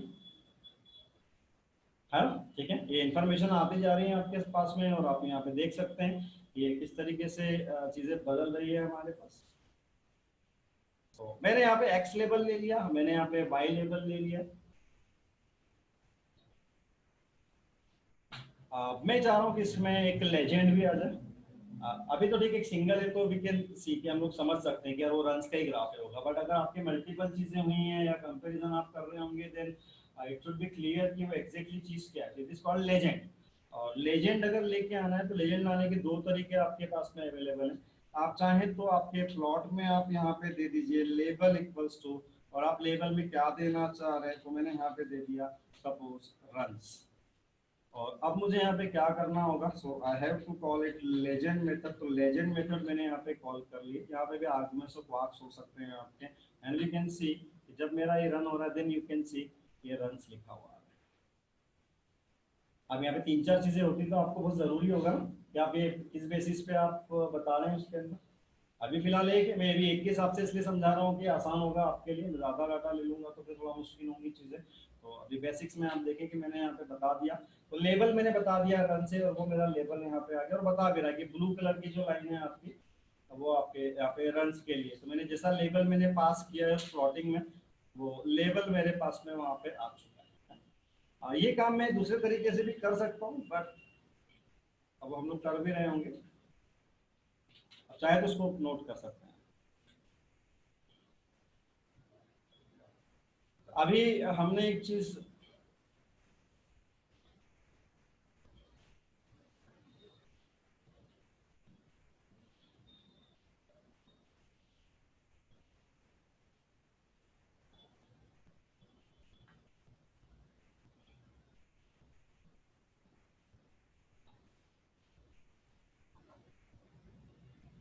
अच्छे लेवल पे कहीं इंटरव्यू हो रहा होगा तो they can give you data set and ask you to analyse it. आपको एनालिसिस करने के लिए दे सकते हैं कि कुछ डाटा उन्होंने ड्रॉ करके आपको दे दिया, और फिर आपको पूछ सकते हैं कि आप इसका एनालिसिस क्या है। कोई ग्राफ आपके सामने लिखा दिया, ग्राफ से आपसे पूछ सकते हैं कि इसका एनालिसिस आपके इसमें क्या है, आप क्या एनालाइज कर रहे हैं आप इसमें।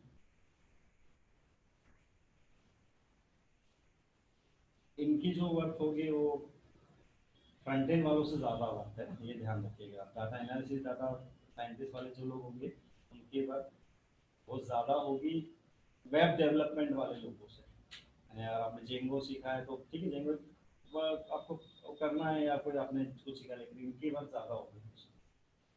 इनको ये दिमाग वाले लोगों का काम माना जाता है। एक्चुअली जिनमें दिमाग होगा वही लोग एनालिसिस करना वाकई में इतना आसान नहीं होता है। पहली चीज़ बहुत मैथ्स, और उसमें आपका एक अच्छा हैंड होता है, तो फिर आपका इंटरेस्ट अभी डेवलप होगा डाटा में, जब आपका मैथ्स हमेशा से अच्छा रहा हो, शुरू से अच्छा रहा हो, तो आप थोड़ा इंटरेस्ट देख सकते हैं, हाँ मैं ऐसे देखूँ वैसे। डाटा को देखने के लिए थोड़ा सा डाटा का एक्सपोजर भी आपको समझ में आना चाहिए कि हाँ यार मैं ऐसे देखूँ वैसे देखूँ वैसे देखूँ, अलग अलग तरीकों से, अलग अलग पॉइंट से।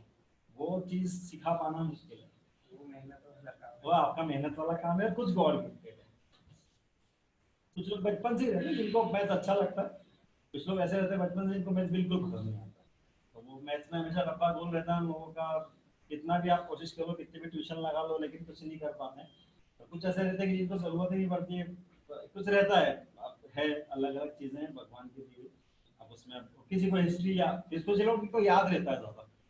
अब मैथ्स वालों को जनरली याद कम रहता है, वो रट नहीं सकते हैं, वो रट नहीं सकते हैं। कुछ लोग ऐसे होते हैं जिनका रटना अच्छा रहता है, तो उनके लिए मैथ्स थोड़ा कमजोर है, फिर वो रट लेते हैं हर चीज के, पाइथागोरस ने ये बोला था, उसने ये बोला था। चलिए, तो ये मैंने यहाँ पे लेजेंड यहाँ पे शो कर दी, और अब हम लोग देख पा रहे हैं कि जो सारी इंफॉर्मेशन हम चाहते हैं वो यहाँ पे आ गई है। मैंने कहा आपको कि लेजेंड देने का एक तरीका और भी है। अब इस वे में कितना प्रॉपरली दिखेगा डिपेंड्स, लेकिन फिर भी आप दे सकते हैं। ये देखिए मैं यहाँ से हटा रहा हूँ, और लेजेंड के अंदर मैं डायरेक्टली पास कर रहा हूँ, रन्स मैंने पास कर दिया, तो इट में शो आर ओनली, ऐसा भी हो सकता है इस केस में पर्टिकुलर, जब सिंगल डाटा होता है सो आर ही दिखा रहा है। तो it is not in this case, it is not guaranteed कि वो रन्स पूरे दिखा देगा आपको, बट फर्दर जब हम लोग काम कर रहे होंगे, एक से ज्यादा हम लोग चीजें ले रहे होंगे, then it will show properly, तब ये प्रॉपर्ली दिखा रहा होगा। यहाँ पे चूंकि एक ही है तो उसको उसने आर ही दिखा दिया उसके अंदर की R is for runs, but हम लोग आगे देख रहे होंगे कि हमें पूरा भी दिखा रहा होगा जब हम लोग लेजेंड में ही पास कर रहे होंगे तब।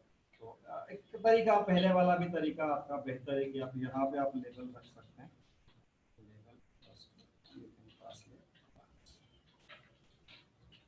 जहाँ स्ट्रिंग है वहाँ पे स्ट्रिंग ही पास करनी होगी। Fine, clear.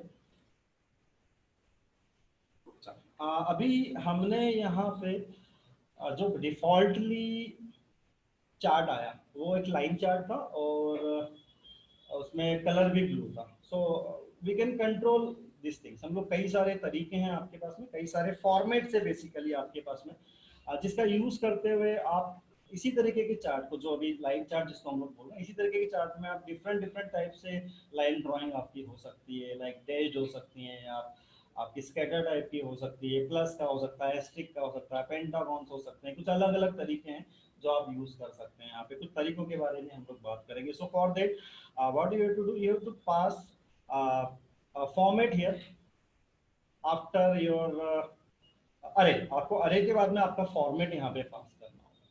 तो आपका अरे, आपके अरे एक नहीं, आपके अरे दो भी हो सकते हैं, ठीक है, आपके अरे यहाँ पे दो भी हो सकते हैं। अभी हमने यहाँ पे एक अरे लिया है, सिर्फ रोहित का अरे लिया है, और कुछ हमने अरे में लिया नहीं है इसके अंदर।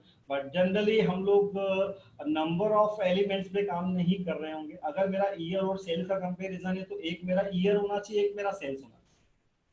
अब वहां पे अगर मैं ईयर पास नहीं करूंगा तो 0 1 2 3 ले लेगा वहां पे, जैसा अभी आ रहा था हमारे पास में, तो वो तो समझने में मुश्किल हो जाएगा कि 0 का मतलब क्या, 1 का मतलब क्या, 2 का मतलब क्या। सो इन दैट केस हमें तो चाहिए होगा कि हमारा तो वहां पे क्या होना चाहिए प्रॉपरली, जो भी आपका एक्स लेवल आ रहा है वहां पे वो एक्स लेवल एक प्रॉपर वे में आना चाहिए, ठीक है।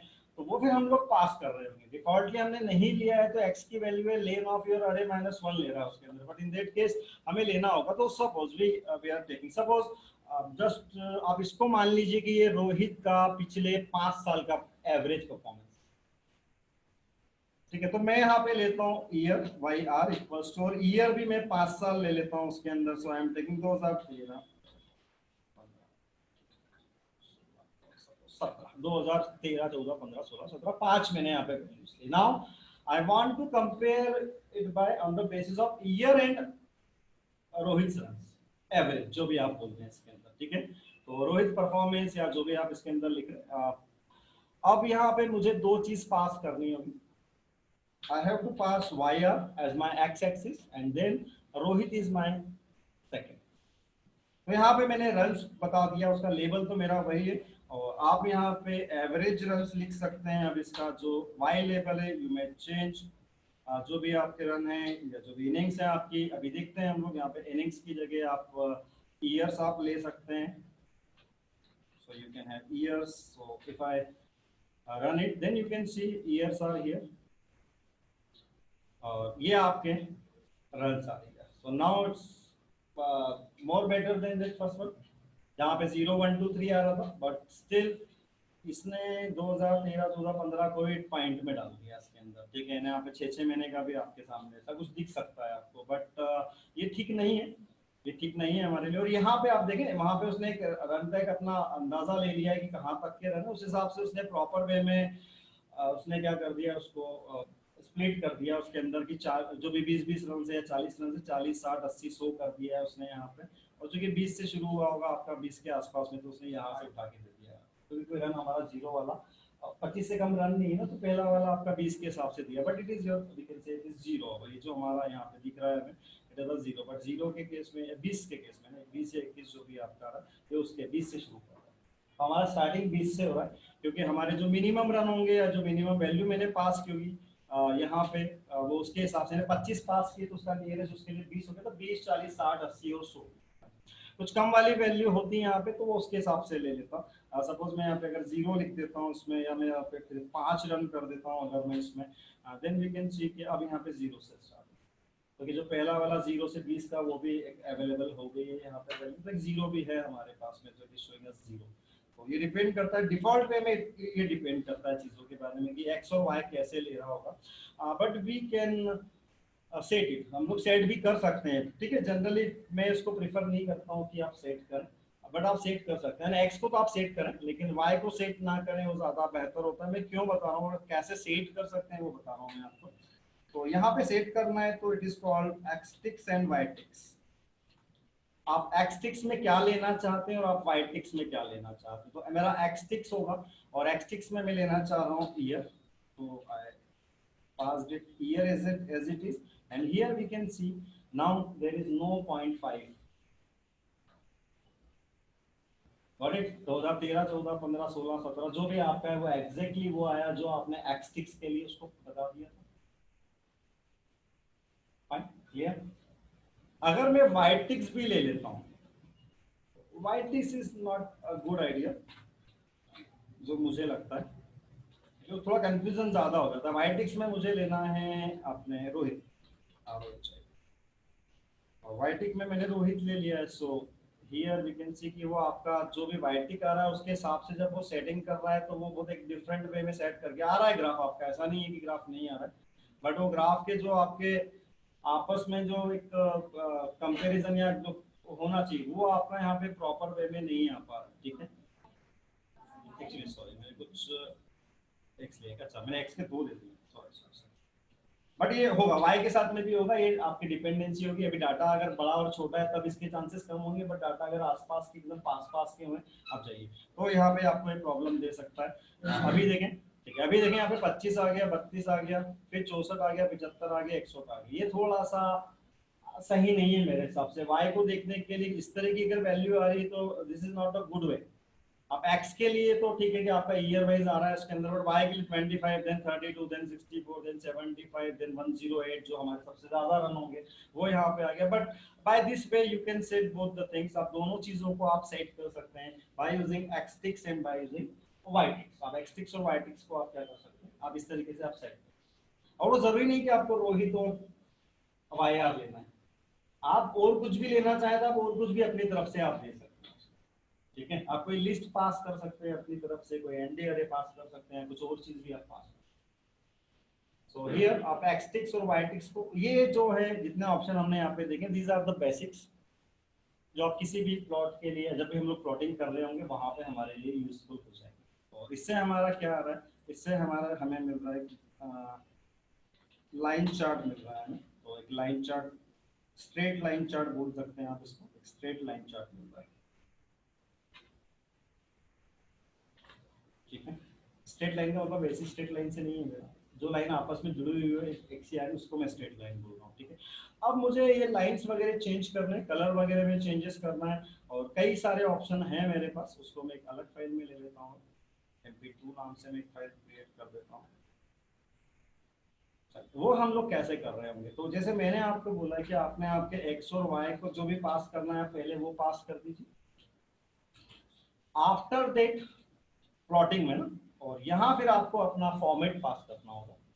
और आपका फॉर्मेट क्या है, फॉर्मेट आपका जो होगा वो एक स्ट्रिंग फॉर्मेट होगा, और यहाँ आप दो चीजें देंगे, आपका लाइन के लिए फॉर्मेट, साथ में कलर भी आप दे सकते हैं। आपके कलर्स के यहाँ पे वेरिएंट है, आपका आरजीबी है, रेड ग्रीन ब्लू के लिए आप आरजीबी का यूज कर सकते हैं। C is for cyan, W is for white, Y is for yellow, तो येलो के लिए आपका ठीक है।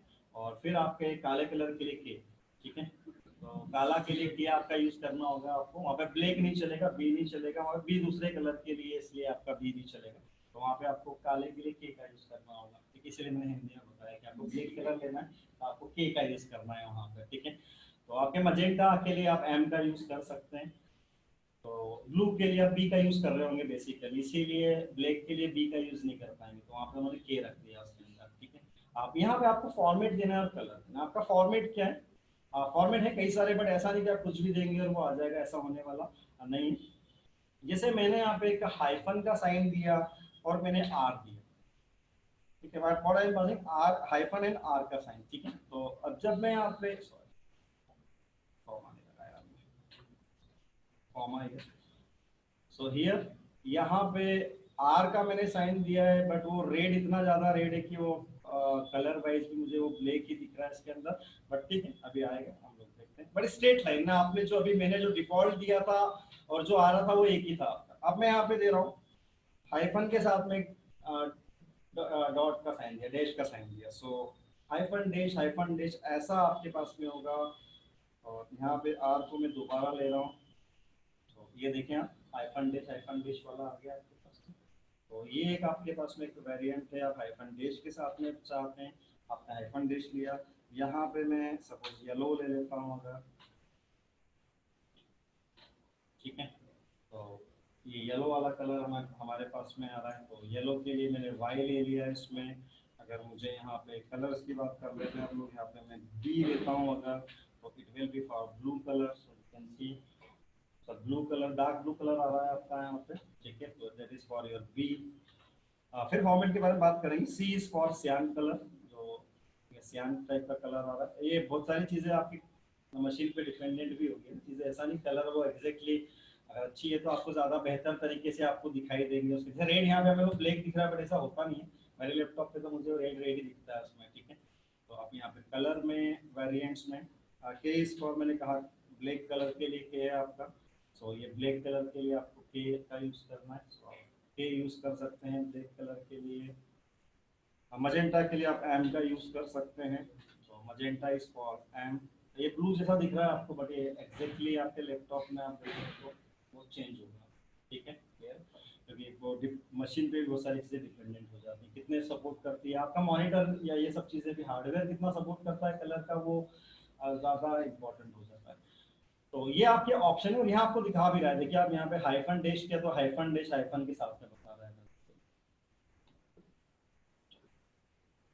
तो कलर का आप यहाँ पे पास कर सकते हैं। सपोज अगर आप यहाँ पे, मैं यहाँ पे ब्लू को मैं पहले पास कर दे रहा हूँ, तो मैंने बी को मैं यहाँ पे पहले पास कर दिया, आपने आगे पास किया, आपने भी पीछे पास किया, इट वर्क्स बहुत से, आप दोनों तरफ आप यूज कर सकते हैं। पहले आप कलर दे सकते हैं और उसके बाद आपका फॉर्मेट आप दे सकते हैं, और जैसी आपकी रिक्वायरमेंट है वैसा आप पास कर सकते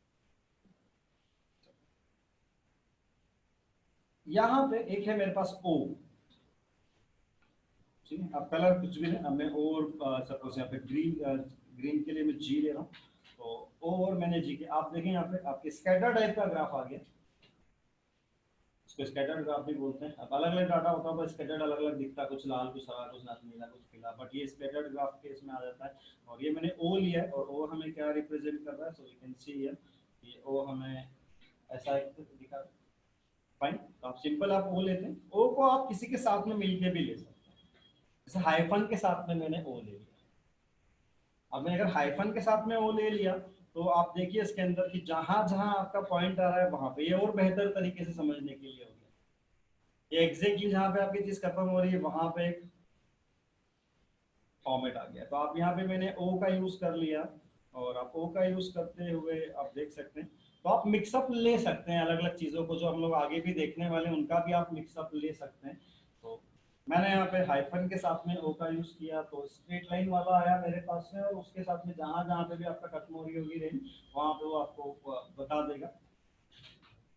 गॉट इट क्लियर। अगर मैं सिंपल एक डैश लेता हूँ, ठीक है, और डैश और ग्रीन लिया, तो छोटा डैश वाला साइन आ गया, स्कैटर टाइप का, लेकिन इसमें छोटा वाला साइन आ गया। तो आप अगर डैश का यूज कर रहे हैं तो ये आपको कुछ इस तरीके से ग्राफ दिखा रहा होगा। एग्जैक्टली चीज वही है यहाँ पे भी, जो पहले लाइन के साथ में पूरी लाइन नहीं होते हुए सीधे वो डॉटेड लाइन डॉट केस में है, ठीक है। अगर आपको लगता है कि आपको पूरी डॉटेड लाइन चाहिए तो कॉलन का साइन यूज करिए आप। कॉलन के साइन से आपको डॉटेड लाइन मिलेंगी, है ना। तो कॉलन का साइन मैंने यूज किया, तो कॉलन के साइन से आप डॉटेड लाइन आप ले सकते हैं।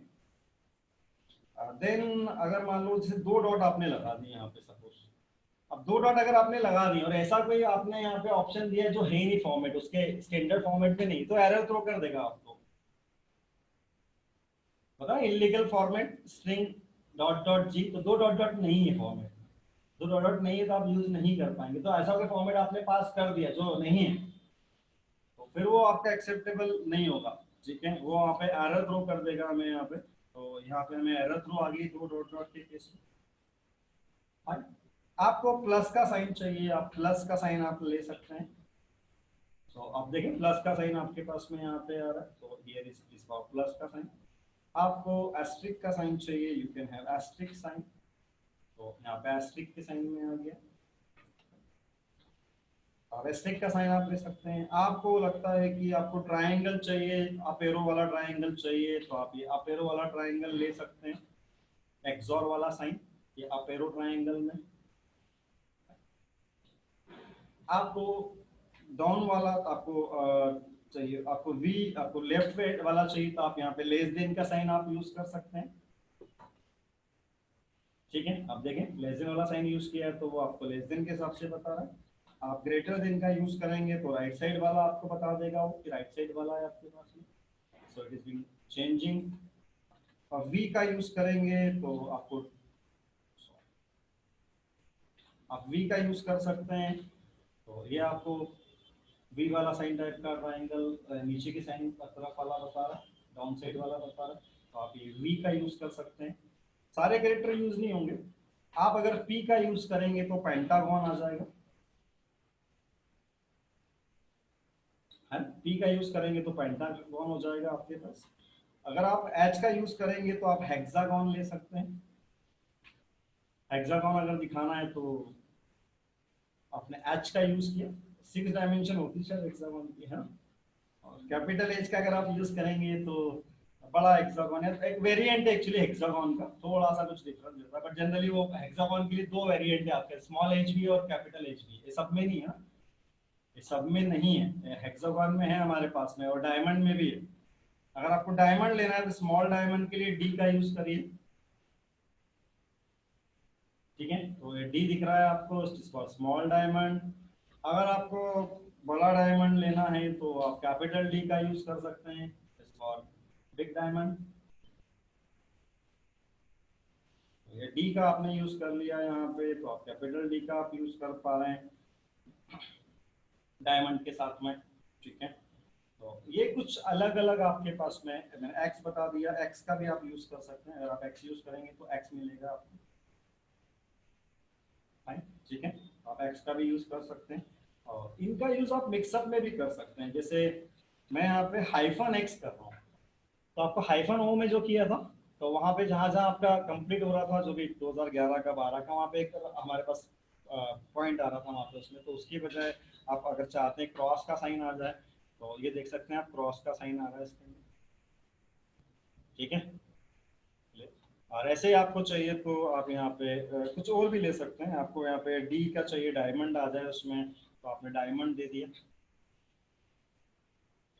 क्या डाटा ज्यादा होता है ना, तब ये अलग अलग की जरूरत पड़ती है कि आप किसी को आपने किससे रिप्रेजेंट किया है, आप सबको एक जैसे रिप्रेजेंट कर दोगे तो फिर चीजें बिगड़ जाएंगी, सब चीजें आपकी बिगड़ जाएंगी। तो फिर यहाँ पे हमें ये देखना होता है कि हम कैसे या किस तरीके से हम लोग इसको रिप्रेजेंट कर रहे होंगे, फाइन, क्लियर है। तो कई सारे मैंने आपको इसमें वेरिएंट्स बता दिए हैं इसके अंदर, ठीक है, ऑलमोस्ट मुझे लगता है ऑलमोस्ट सारे बता दिए होंगे मैंने आपको, कलर के वेरिएंट्स मैंने आपको ऑलमोस्ट सारे बता दिए।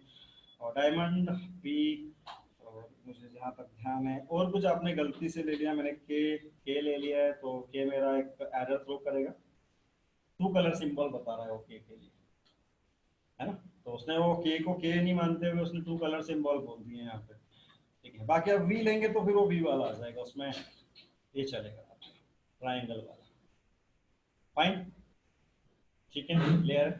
अभी आपके हाथ में आप कैसा आप देना चाहते हैं, और कैसा आप उसके अंदर डिस्प्ले करना चाहते हैं, ये चीज़ आप अपने आप से कंट्रोल करें। सारे बना के देखना, बार बार बना के देखना, उसमें तो आपको ज़्यादा थोड़ी प्रैक्टिस हो जाएगी। और उसमें भी सभी हम लोग अभी करने ही वाला हूँ मैं इसमें, कि मैं एक से ज़्यादा चीज़ें लेने वाला हूँ अगर मैं एक ही ग्राफ के अंदर, तो फिर दोनों का अलग अलग होना चाहिए। एक आप सपोज डॉटेड लाइन में बता दीजिए, एक आप स्ट्रेट लाइन में बता दीजिए, आप स्कैटर्ड वे में बता रहे तो अलग अलग टाइप में आप बता दीजिए उसको। एक डायमंड स्कैटर्ड बता दीजिए, एक आपका ओ स्कैटर्ड स्कैटर्ड बता दीजिए आप उसके अंदर, वैसा भी आप कर सकते हैं। चलिए, अभी तक हमने कुल मिला के लेकिन जो परफॉर्मेंस यहाँ पे प्लॉट किया, तो ये प्लॉटिंग किसका, अभी कंपैरिजन कुछ नहीं हुआ खास इसमें, एनालिसिस जैसा बहुत ज्यादा नहीं हुआ। एनालिसिस ये हो गया जरूर कि रोहित का परफॉर्मेंस किस तरीके से, और ये हमने 5 पारियों का लिया। आप ये चीज पूरी की पूरी आप क्रिक इन्फो पे जाइए, वहां से डाटा पूरा उठाइए आप, और डाटा उठा के आप क्या कर सकते हैं, डाटा उठा के आप वहाँ पे सीधे सीधे आप पास कर सकते हैं उसको, ठीक है।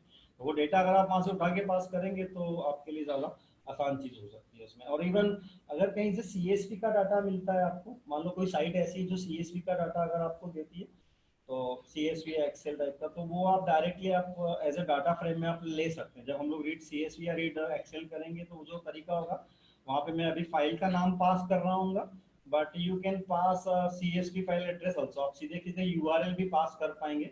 तो आप किसी कहीं से डायरेक्टली ऑनलाइन डेटा अवेलेबल है आपके पास में, उसको डाटा फ्रेम में ला के और आपको करना है, तो दैट इज ऑल्सो पॉसिबल कि आप ऑनलाइन डाटा का भी आप कर सकते हैं विदाउट डाउनलोडिंग इट। डाउनलोड कर लेंगे तो आपकी मशीन पे हो जाएगा, हमेशा के लिए हो जाएगा, लेकिन अगर नहीं है तो फिर भी आप कर सकते हैं। यहाँ पे अभी हमने यहाँ पे सिर्फ रोहित का परफॉर्मेंस यहाँ पे देख लिया। मैं यहाँ पे एक साथ दो का चारों में विराट का भी परफॉर्मेंस चाहता हूँ उसमें, और विराट के केस में हम 115 रन है हमारे पास में, देन हमारे पास में 29 रन है उसके, देन उसके 78 रन से, देन यहाँ पे 25 रन से, एंड देन उसके 98 रन। मान लो ये 5 पारियां हैं उसकी भी, और 5 एवरेजेस हैं उसके भी, 13 14 15 16 17 के पारी तो हमने हटा दिया, तो यू कैन हैव इट पारी आल्सो। आप इसको इनिंग्स भी ले सकते थे, 1 2 3 या what ever number of innings you need, आप ऐसा कर सकते थे आप इसके अंदर। अब यहाँ पे प्लॉटिंग करने के दो ऑप्शन है मेरे पास में, whether I can plot this both data in a single graph. मैं दोनों डेटा को सिंगल ग्राफ में कर सकता हूँ, ताकि दोनों के जो भी ग्राफ आ रहे हैं हमारे पास में, जो भी लाइन या वॉट एवर टाइप का जो भी आपका आ रहा है, वो एक साथ एक ही ग्राफ के अंदर, एक ही पिक्चर के अंदर आते हैं। या दूसरा ऐसा हो सकता है कि मैं इसको सब प्लॉट कर दूं। तो सब प्लॉट करने पे ये होगा कि आपके पास में एक मेन ग्राफ के अंदर दो ग्राफ्स हो जाएंगे, ऊपर नीचे वाले ग्राफ हो सकते हैं आपके पास में, तो आप ऐसा भी कर सकते हैं। हम लोग दोनों तरीके देखते हैं इसके अंदर कि हम लोग ये दोनों तरीके कैसे अचीव कर सकते हैं। अच्छा, इसमें भी कुछ अलग अलग तरीके।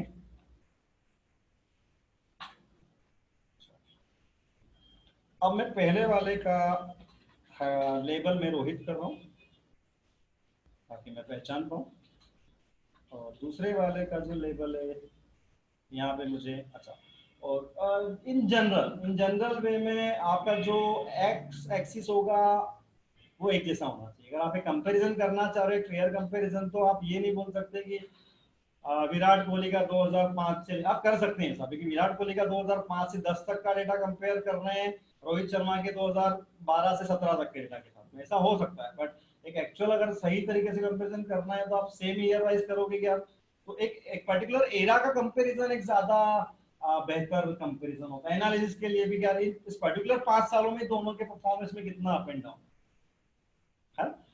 तो फिलहाल हम ये मान के चलें कि हमारा जो एक्स है वो ईयर, ये दोनों का और दोनों का सेम है इसमें, but we can take differently, दोनों को हम लोग अलग भी ले सकते हैं। और यहाँ मुझे क्या लेना होगा, यहाँ मुझे लेना होगा इसका, आप कैसा चाहते हैं, जैसा आप चाहते हैं, ठीक है। आप जैसा भी आप यहाँ पे चाहते हैं वैसा आप यहाँ बता सकते हैं। मैं यहाँ पे लाइन वाला चाह रहा हूँ उसके अंदर, और मैं उसका कलर चाहता हूँ सपोज ब्लू कलर में चाह रहा हूँ, तो मैंने उसका कलर सेट कर दिया है। इसका लेवल में क्या चाहूंगा, इसका लेवल में चाहूंगा कि इसका विराट आ जाए इसके अंदर ना। देन यहाँ पे जो मेरा हेडिंग है, it should also change, Rohit was Virat performance,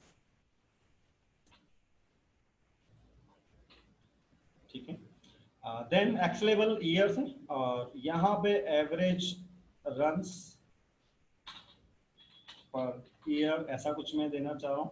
x ticks क्या आएगा और वाई टिक्स क्या आने वाला है, वाई टिक्स में हमने सिर्फ रोहित का लिया हुआ है इसके अंदर, ठीक है, कि एक्स टिक्स और वाई टिक्स में क्या आने वाला। सो आई वाज टेलिंग यू कि मेरे लिए ये टिक्स वगैरह वाई टिक्स लेना क्यों ठीक नहीं है ना। वाई टिक्स जो डाटा है उसके हिसाब से है, ज़्यादा अच्छा होता है। और X ticks you can set, अगर अब आपका एक जैसा है तो आप बिल्कुल सेट कर सकते हैं एक्स टिक्स को।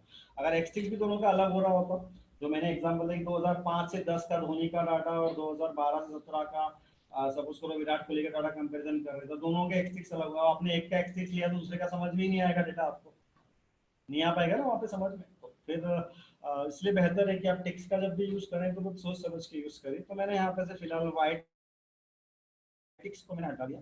लेजेंड मुझे यहाँ पे देना, सो लेजेंड आई पास, जो लेबल होंगे वही एज ए लेजेंड होंगे। लेबल है ना, ये वाले लेबल ना, एक्स लेबल वाई लेबल वाले लेबल नहीं, ये वाले लेबल है हमारे पास में। तो pld dot legend, pld dot show, so here we can see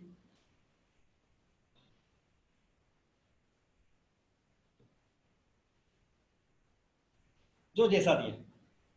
अब यहाँ पे आ रहा है ये जो डेटा है वो किसका है, रोहित का है। ये डेटा किसका है, विराट का। And now now we can analyse by seeing this graph. अब डाटा में देखता तो अब मुझे लगा कि जब जिस दिन रोहित का परफॉर्मेंस खराब होता है उस दिन विराट का अच्छा होता है, जिस दिन विराट का खराब होता है बेकार होता है, उस दिन रोहित का थोड़ा ठीक होता है। Then you can see what this chart is. ये आपकी फाइंडिंग, ये फाइंडिंग को आपको डिटेल करना है उसके अंदर, ठीक है। और इसमें भी आप बहुत सारी फाइंडिंग डाल सकते हैं, ईयर वाइज क्या हो रहा है उसके अंदर, एवरेज में किस तरीके से वो आपस में आप पास में आ पा रहे हैं नहीं आ पा रहे हैं, एंड सो ऑन। तो you may have many things here.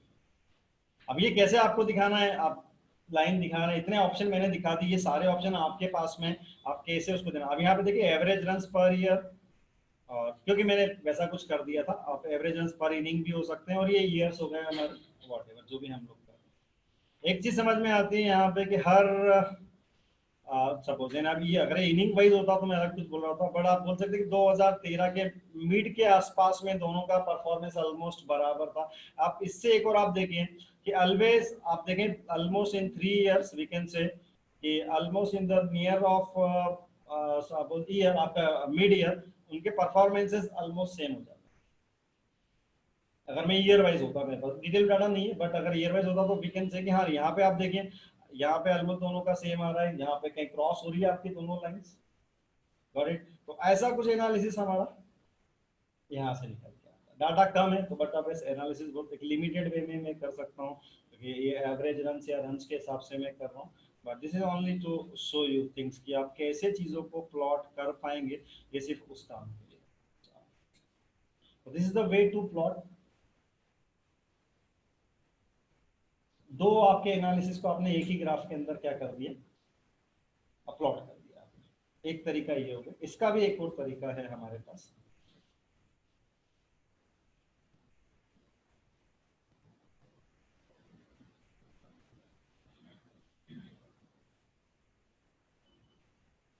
चीजें आपको समझ में आ रही कि अब आपके पास डाटा होगा तो आप तो बस सोचना है और उसको, ये मैंने बहुत सीधा सीधा डाटा लिया है, ठीक है। डाटा आप एक्चुअली जो आपके पास डाटा, जैसे मान लो ई कॉमर्स का डाटा है तो वो तो एक दिन के 100 इनवेज, एक दिन के 50 इनवेज ऐसे होंगे आपके पास, उनको आपको ग्रुपिंग करना होगा, like month wise, day wise, year wise, whatever wise, profit wise, sales wise, product wise, country wise, state wise, वहाँ पे बहुत सारे क्राइटेरिया होंगे आपके पास अलग अलग, state wise, year wise, state wise, country wise, year wise, state wise, month wise. State wise month wise भी impact करती चीजें, है ना।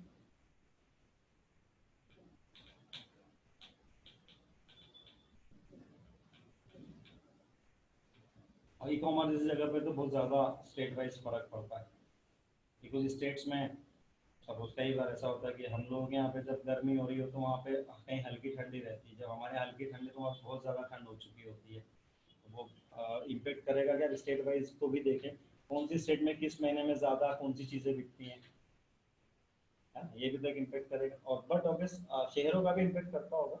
इंदौर के लोग जो ऑनलाइन परचेसिंग करते होंगे, प्रोडक्ट का जो कैटेगरी या टाइप होता होगा, वो कुछ ज़्यादा बेहतर होता होगा, बजाय कि आप उसको महू से या देवास से कंपेयर करें, है ना? किसी छोटी जगह से आप कंपेयर करेंगे तो जितनी फ्रीक्वेंसी यहाँ पे मोबाइल या कंप्यूटर्स वगैरह की होती है उतनी फ्रीक्वेंसी से मोबाइल या कंप्यूटर वो लोग नहीं मंगाते हैं। उसमें वो चीज़ भी कितने लोगों ने कैश लिया, कितने लोगों ने क्रेडिट कार्ड से लिया, ताकि हम लोग देख पाए कौन सी सिटी के लोग ज़्यादा उधार खाते हैं, कहाँ के ज़्यादा उधार नहीं खाते हैं। ऐसा भी एरिया वाइज भी निकाल सकते हैं, इवन अपन के पलासी एरिया वाले ज़्यादा। जैसे मोबाइल कंपनी की बात करूँ मैं, कि मोबाइल कंपनी को ऑफर देना होता है, डाटा उनके पास में सारा है आपका रिचार्ज, इसका आपके बेक हिस्ट्री पे वो डिपेंडेंट कर सकते हैं कि भवर कुआं जैसा एरिया जहाँ पे स्टूडेंट ज़्यादा हो, तो जनरली वो कौन सा रिचार्ज करते हैं, वो वैसा रिचार्ज करते हैं जिसमें डाटा ज़्यादा मिलता होगा और अनलिमिटेड टाइप का मिलता होगा। लेकिन अगर वही बंदा मान लो पलासिया या गुलमोहर का बंदा है, तो वो कौन सा रिचार्ज करता होगा। वो ये भी सोचता है कि डेटा को मुझे, क्योंकि उसके पास ऑफिस में भी डेटा है, कार में भी डेटा है और घर में भी डेटा है, उसके पास में इतने सारे कनेक्शन है ना। तो वो एक बड़े पैकेज पे कुछ अलग तरीके की चीज़ों में जाता होगा वहाँ पे, तो वो फिर उन लोगों को क्या ऑफर भेजा जाए, आपको क्या ऑफर भेजा जाए। आप अभी तक 35 का करवा के अपन पूछ रहे कि एक सिम और चलाना है, तो 35 का रखना पड़ेगा अपने को। तो उन्होंने फटाक से एक नया दे दिया कि देखो 35 में तो 26 का आपको मिल रहा है अभी बैलेंस, है ना, लेकिन अब 45 में 45 का मिल रहा है। तो अब आप अपने आप से आपका खर्चा 10 रुपये बढ़ गया, क्यों? दोनों 24-28 दिन के लिए ही। अभी तक इस महीने के पहले तक मैं बोल रहा हूँ आपको, मैंने आज ही किया एक मेरे वाइफ के किसी एक नंबर का, तो मुझे मालूम है कि उसमें यही किया कि अभी तक 35 का करता था तो 28 डेज चलता था। आज जब मैंने चेक किया तो वहाँ पे 45 पे आ गया, 45 में 45 का पूरा वो दे रहे हैं, और उसकी वैलिडिटी 28 दिन की।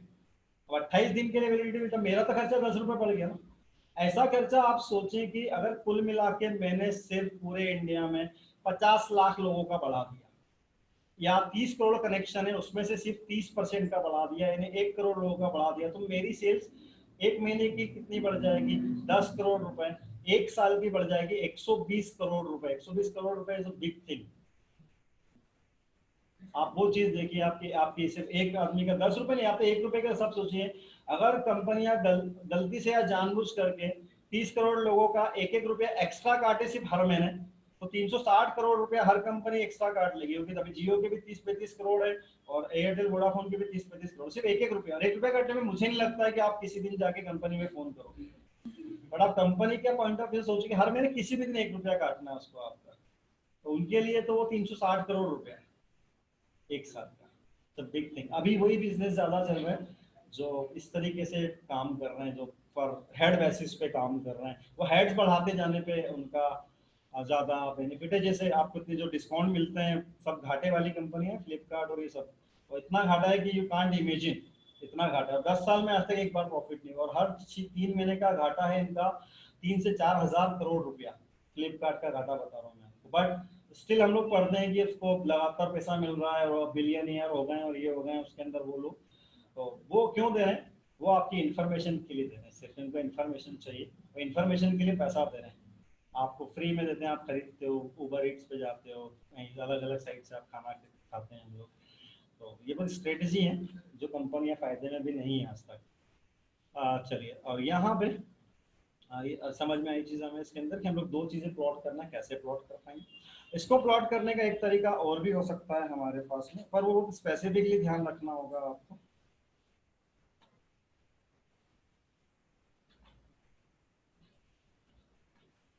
और ये लेबल मुझे यहाँ से हटाना होगा, क्योंकि दोनों के लिए एक सेम लेबल आ जाएगा। तो मैं यहाँ पे से लेबल को हटा देता हूँ, और अब जब मैं रन कर रहा हूँ, तरीका वही है कि मेरे को जो भी प्लॉटिंग करना है वो मैंने पास पास में देना शुरू कर दी। कुछ इस तरीके से कि मैंने पहला मेरा प्लॉटिंग का पूरा ऑप्शन बता दिया, फिर दूसरी वाली प्लॉटिंग का एक्स वाई और उसके कलर वेरिएशन वगैरह बता दिए, and so on and so on, जो भी आप बताना चाहें। अब गलती से अगर मैं यहाँ पे कोई लेबल इक्वल्स टू ले लेता हूँ, label equals to suppose I am taking Rohit only here, so in this case we can see यहाँ पे दोनों में रोहित रोहित आ रहा है। फाइन। तो अब मैं यहाँ पे अगर रोहित रोहित आ रहा है तो मैं यहाँ पे पास करता हूँ एक टपल। अब देखिए पहले एक बार हो क्या रहा है, और जब मैं यहाँ पे पास कर रहा हूँ रोहित एंड विराट, ठीक है। अब जब मैं यहाँ पे लेबल देख रहा हूँ तो रोहित विराट आ रहा है, ठीक है। अच्छा, एक चीज जो मैं नहीं कर सकता यहाँ पे कि मैं लेबल इक्वल टू रोहित पहले इसके नहीं दे सकता, क्योंकि कीवर्ड आर्गुमेंट नहीं हो सकते मेरे वहां पे। तो मैं यहाँ पे फिलहाल, ठीक है, कोई दिक्कत नहीं, मैं इसे दिखाना चाह रहा था आपको कि लेबल का कैसे काम होगा। So now what I can do, आप इसको पूरा उठा लीजिए, कंट्रोल एक्स कर लिया, और लेजेंड में आके लिस्ट मैंने पास कर दी। अब यहाँ आप देखते हैं, अब आगे पूरे पूरे भी आ गए, दोनों के सही भी आ गए, तो लेजेंड में भी आप इस तरीके से आप पास कर सकते हैं। वो उस टाइम एक सिंगल डाटा था, तो मैंने बोल भी दिया था आपको कि वो प्रॉब्लम क्रिएट कर सकता है, तो उसने सिर्फ आर दिखाया था ना हमको, अब उसने हमें दोनों चीज दिखा दी, तो आप लेजेंड में भी आपके पास कर सकते हैं। Got it?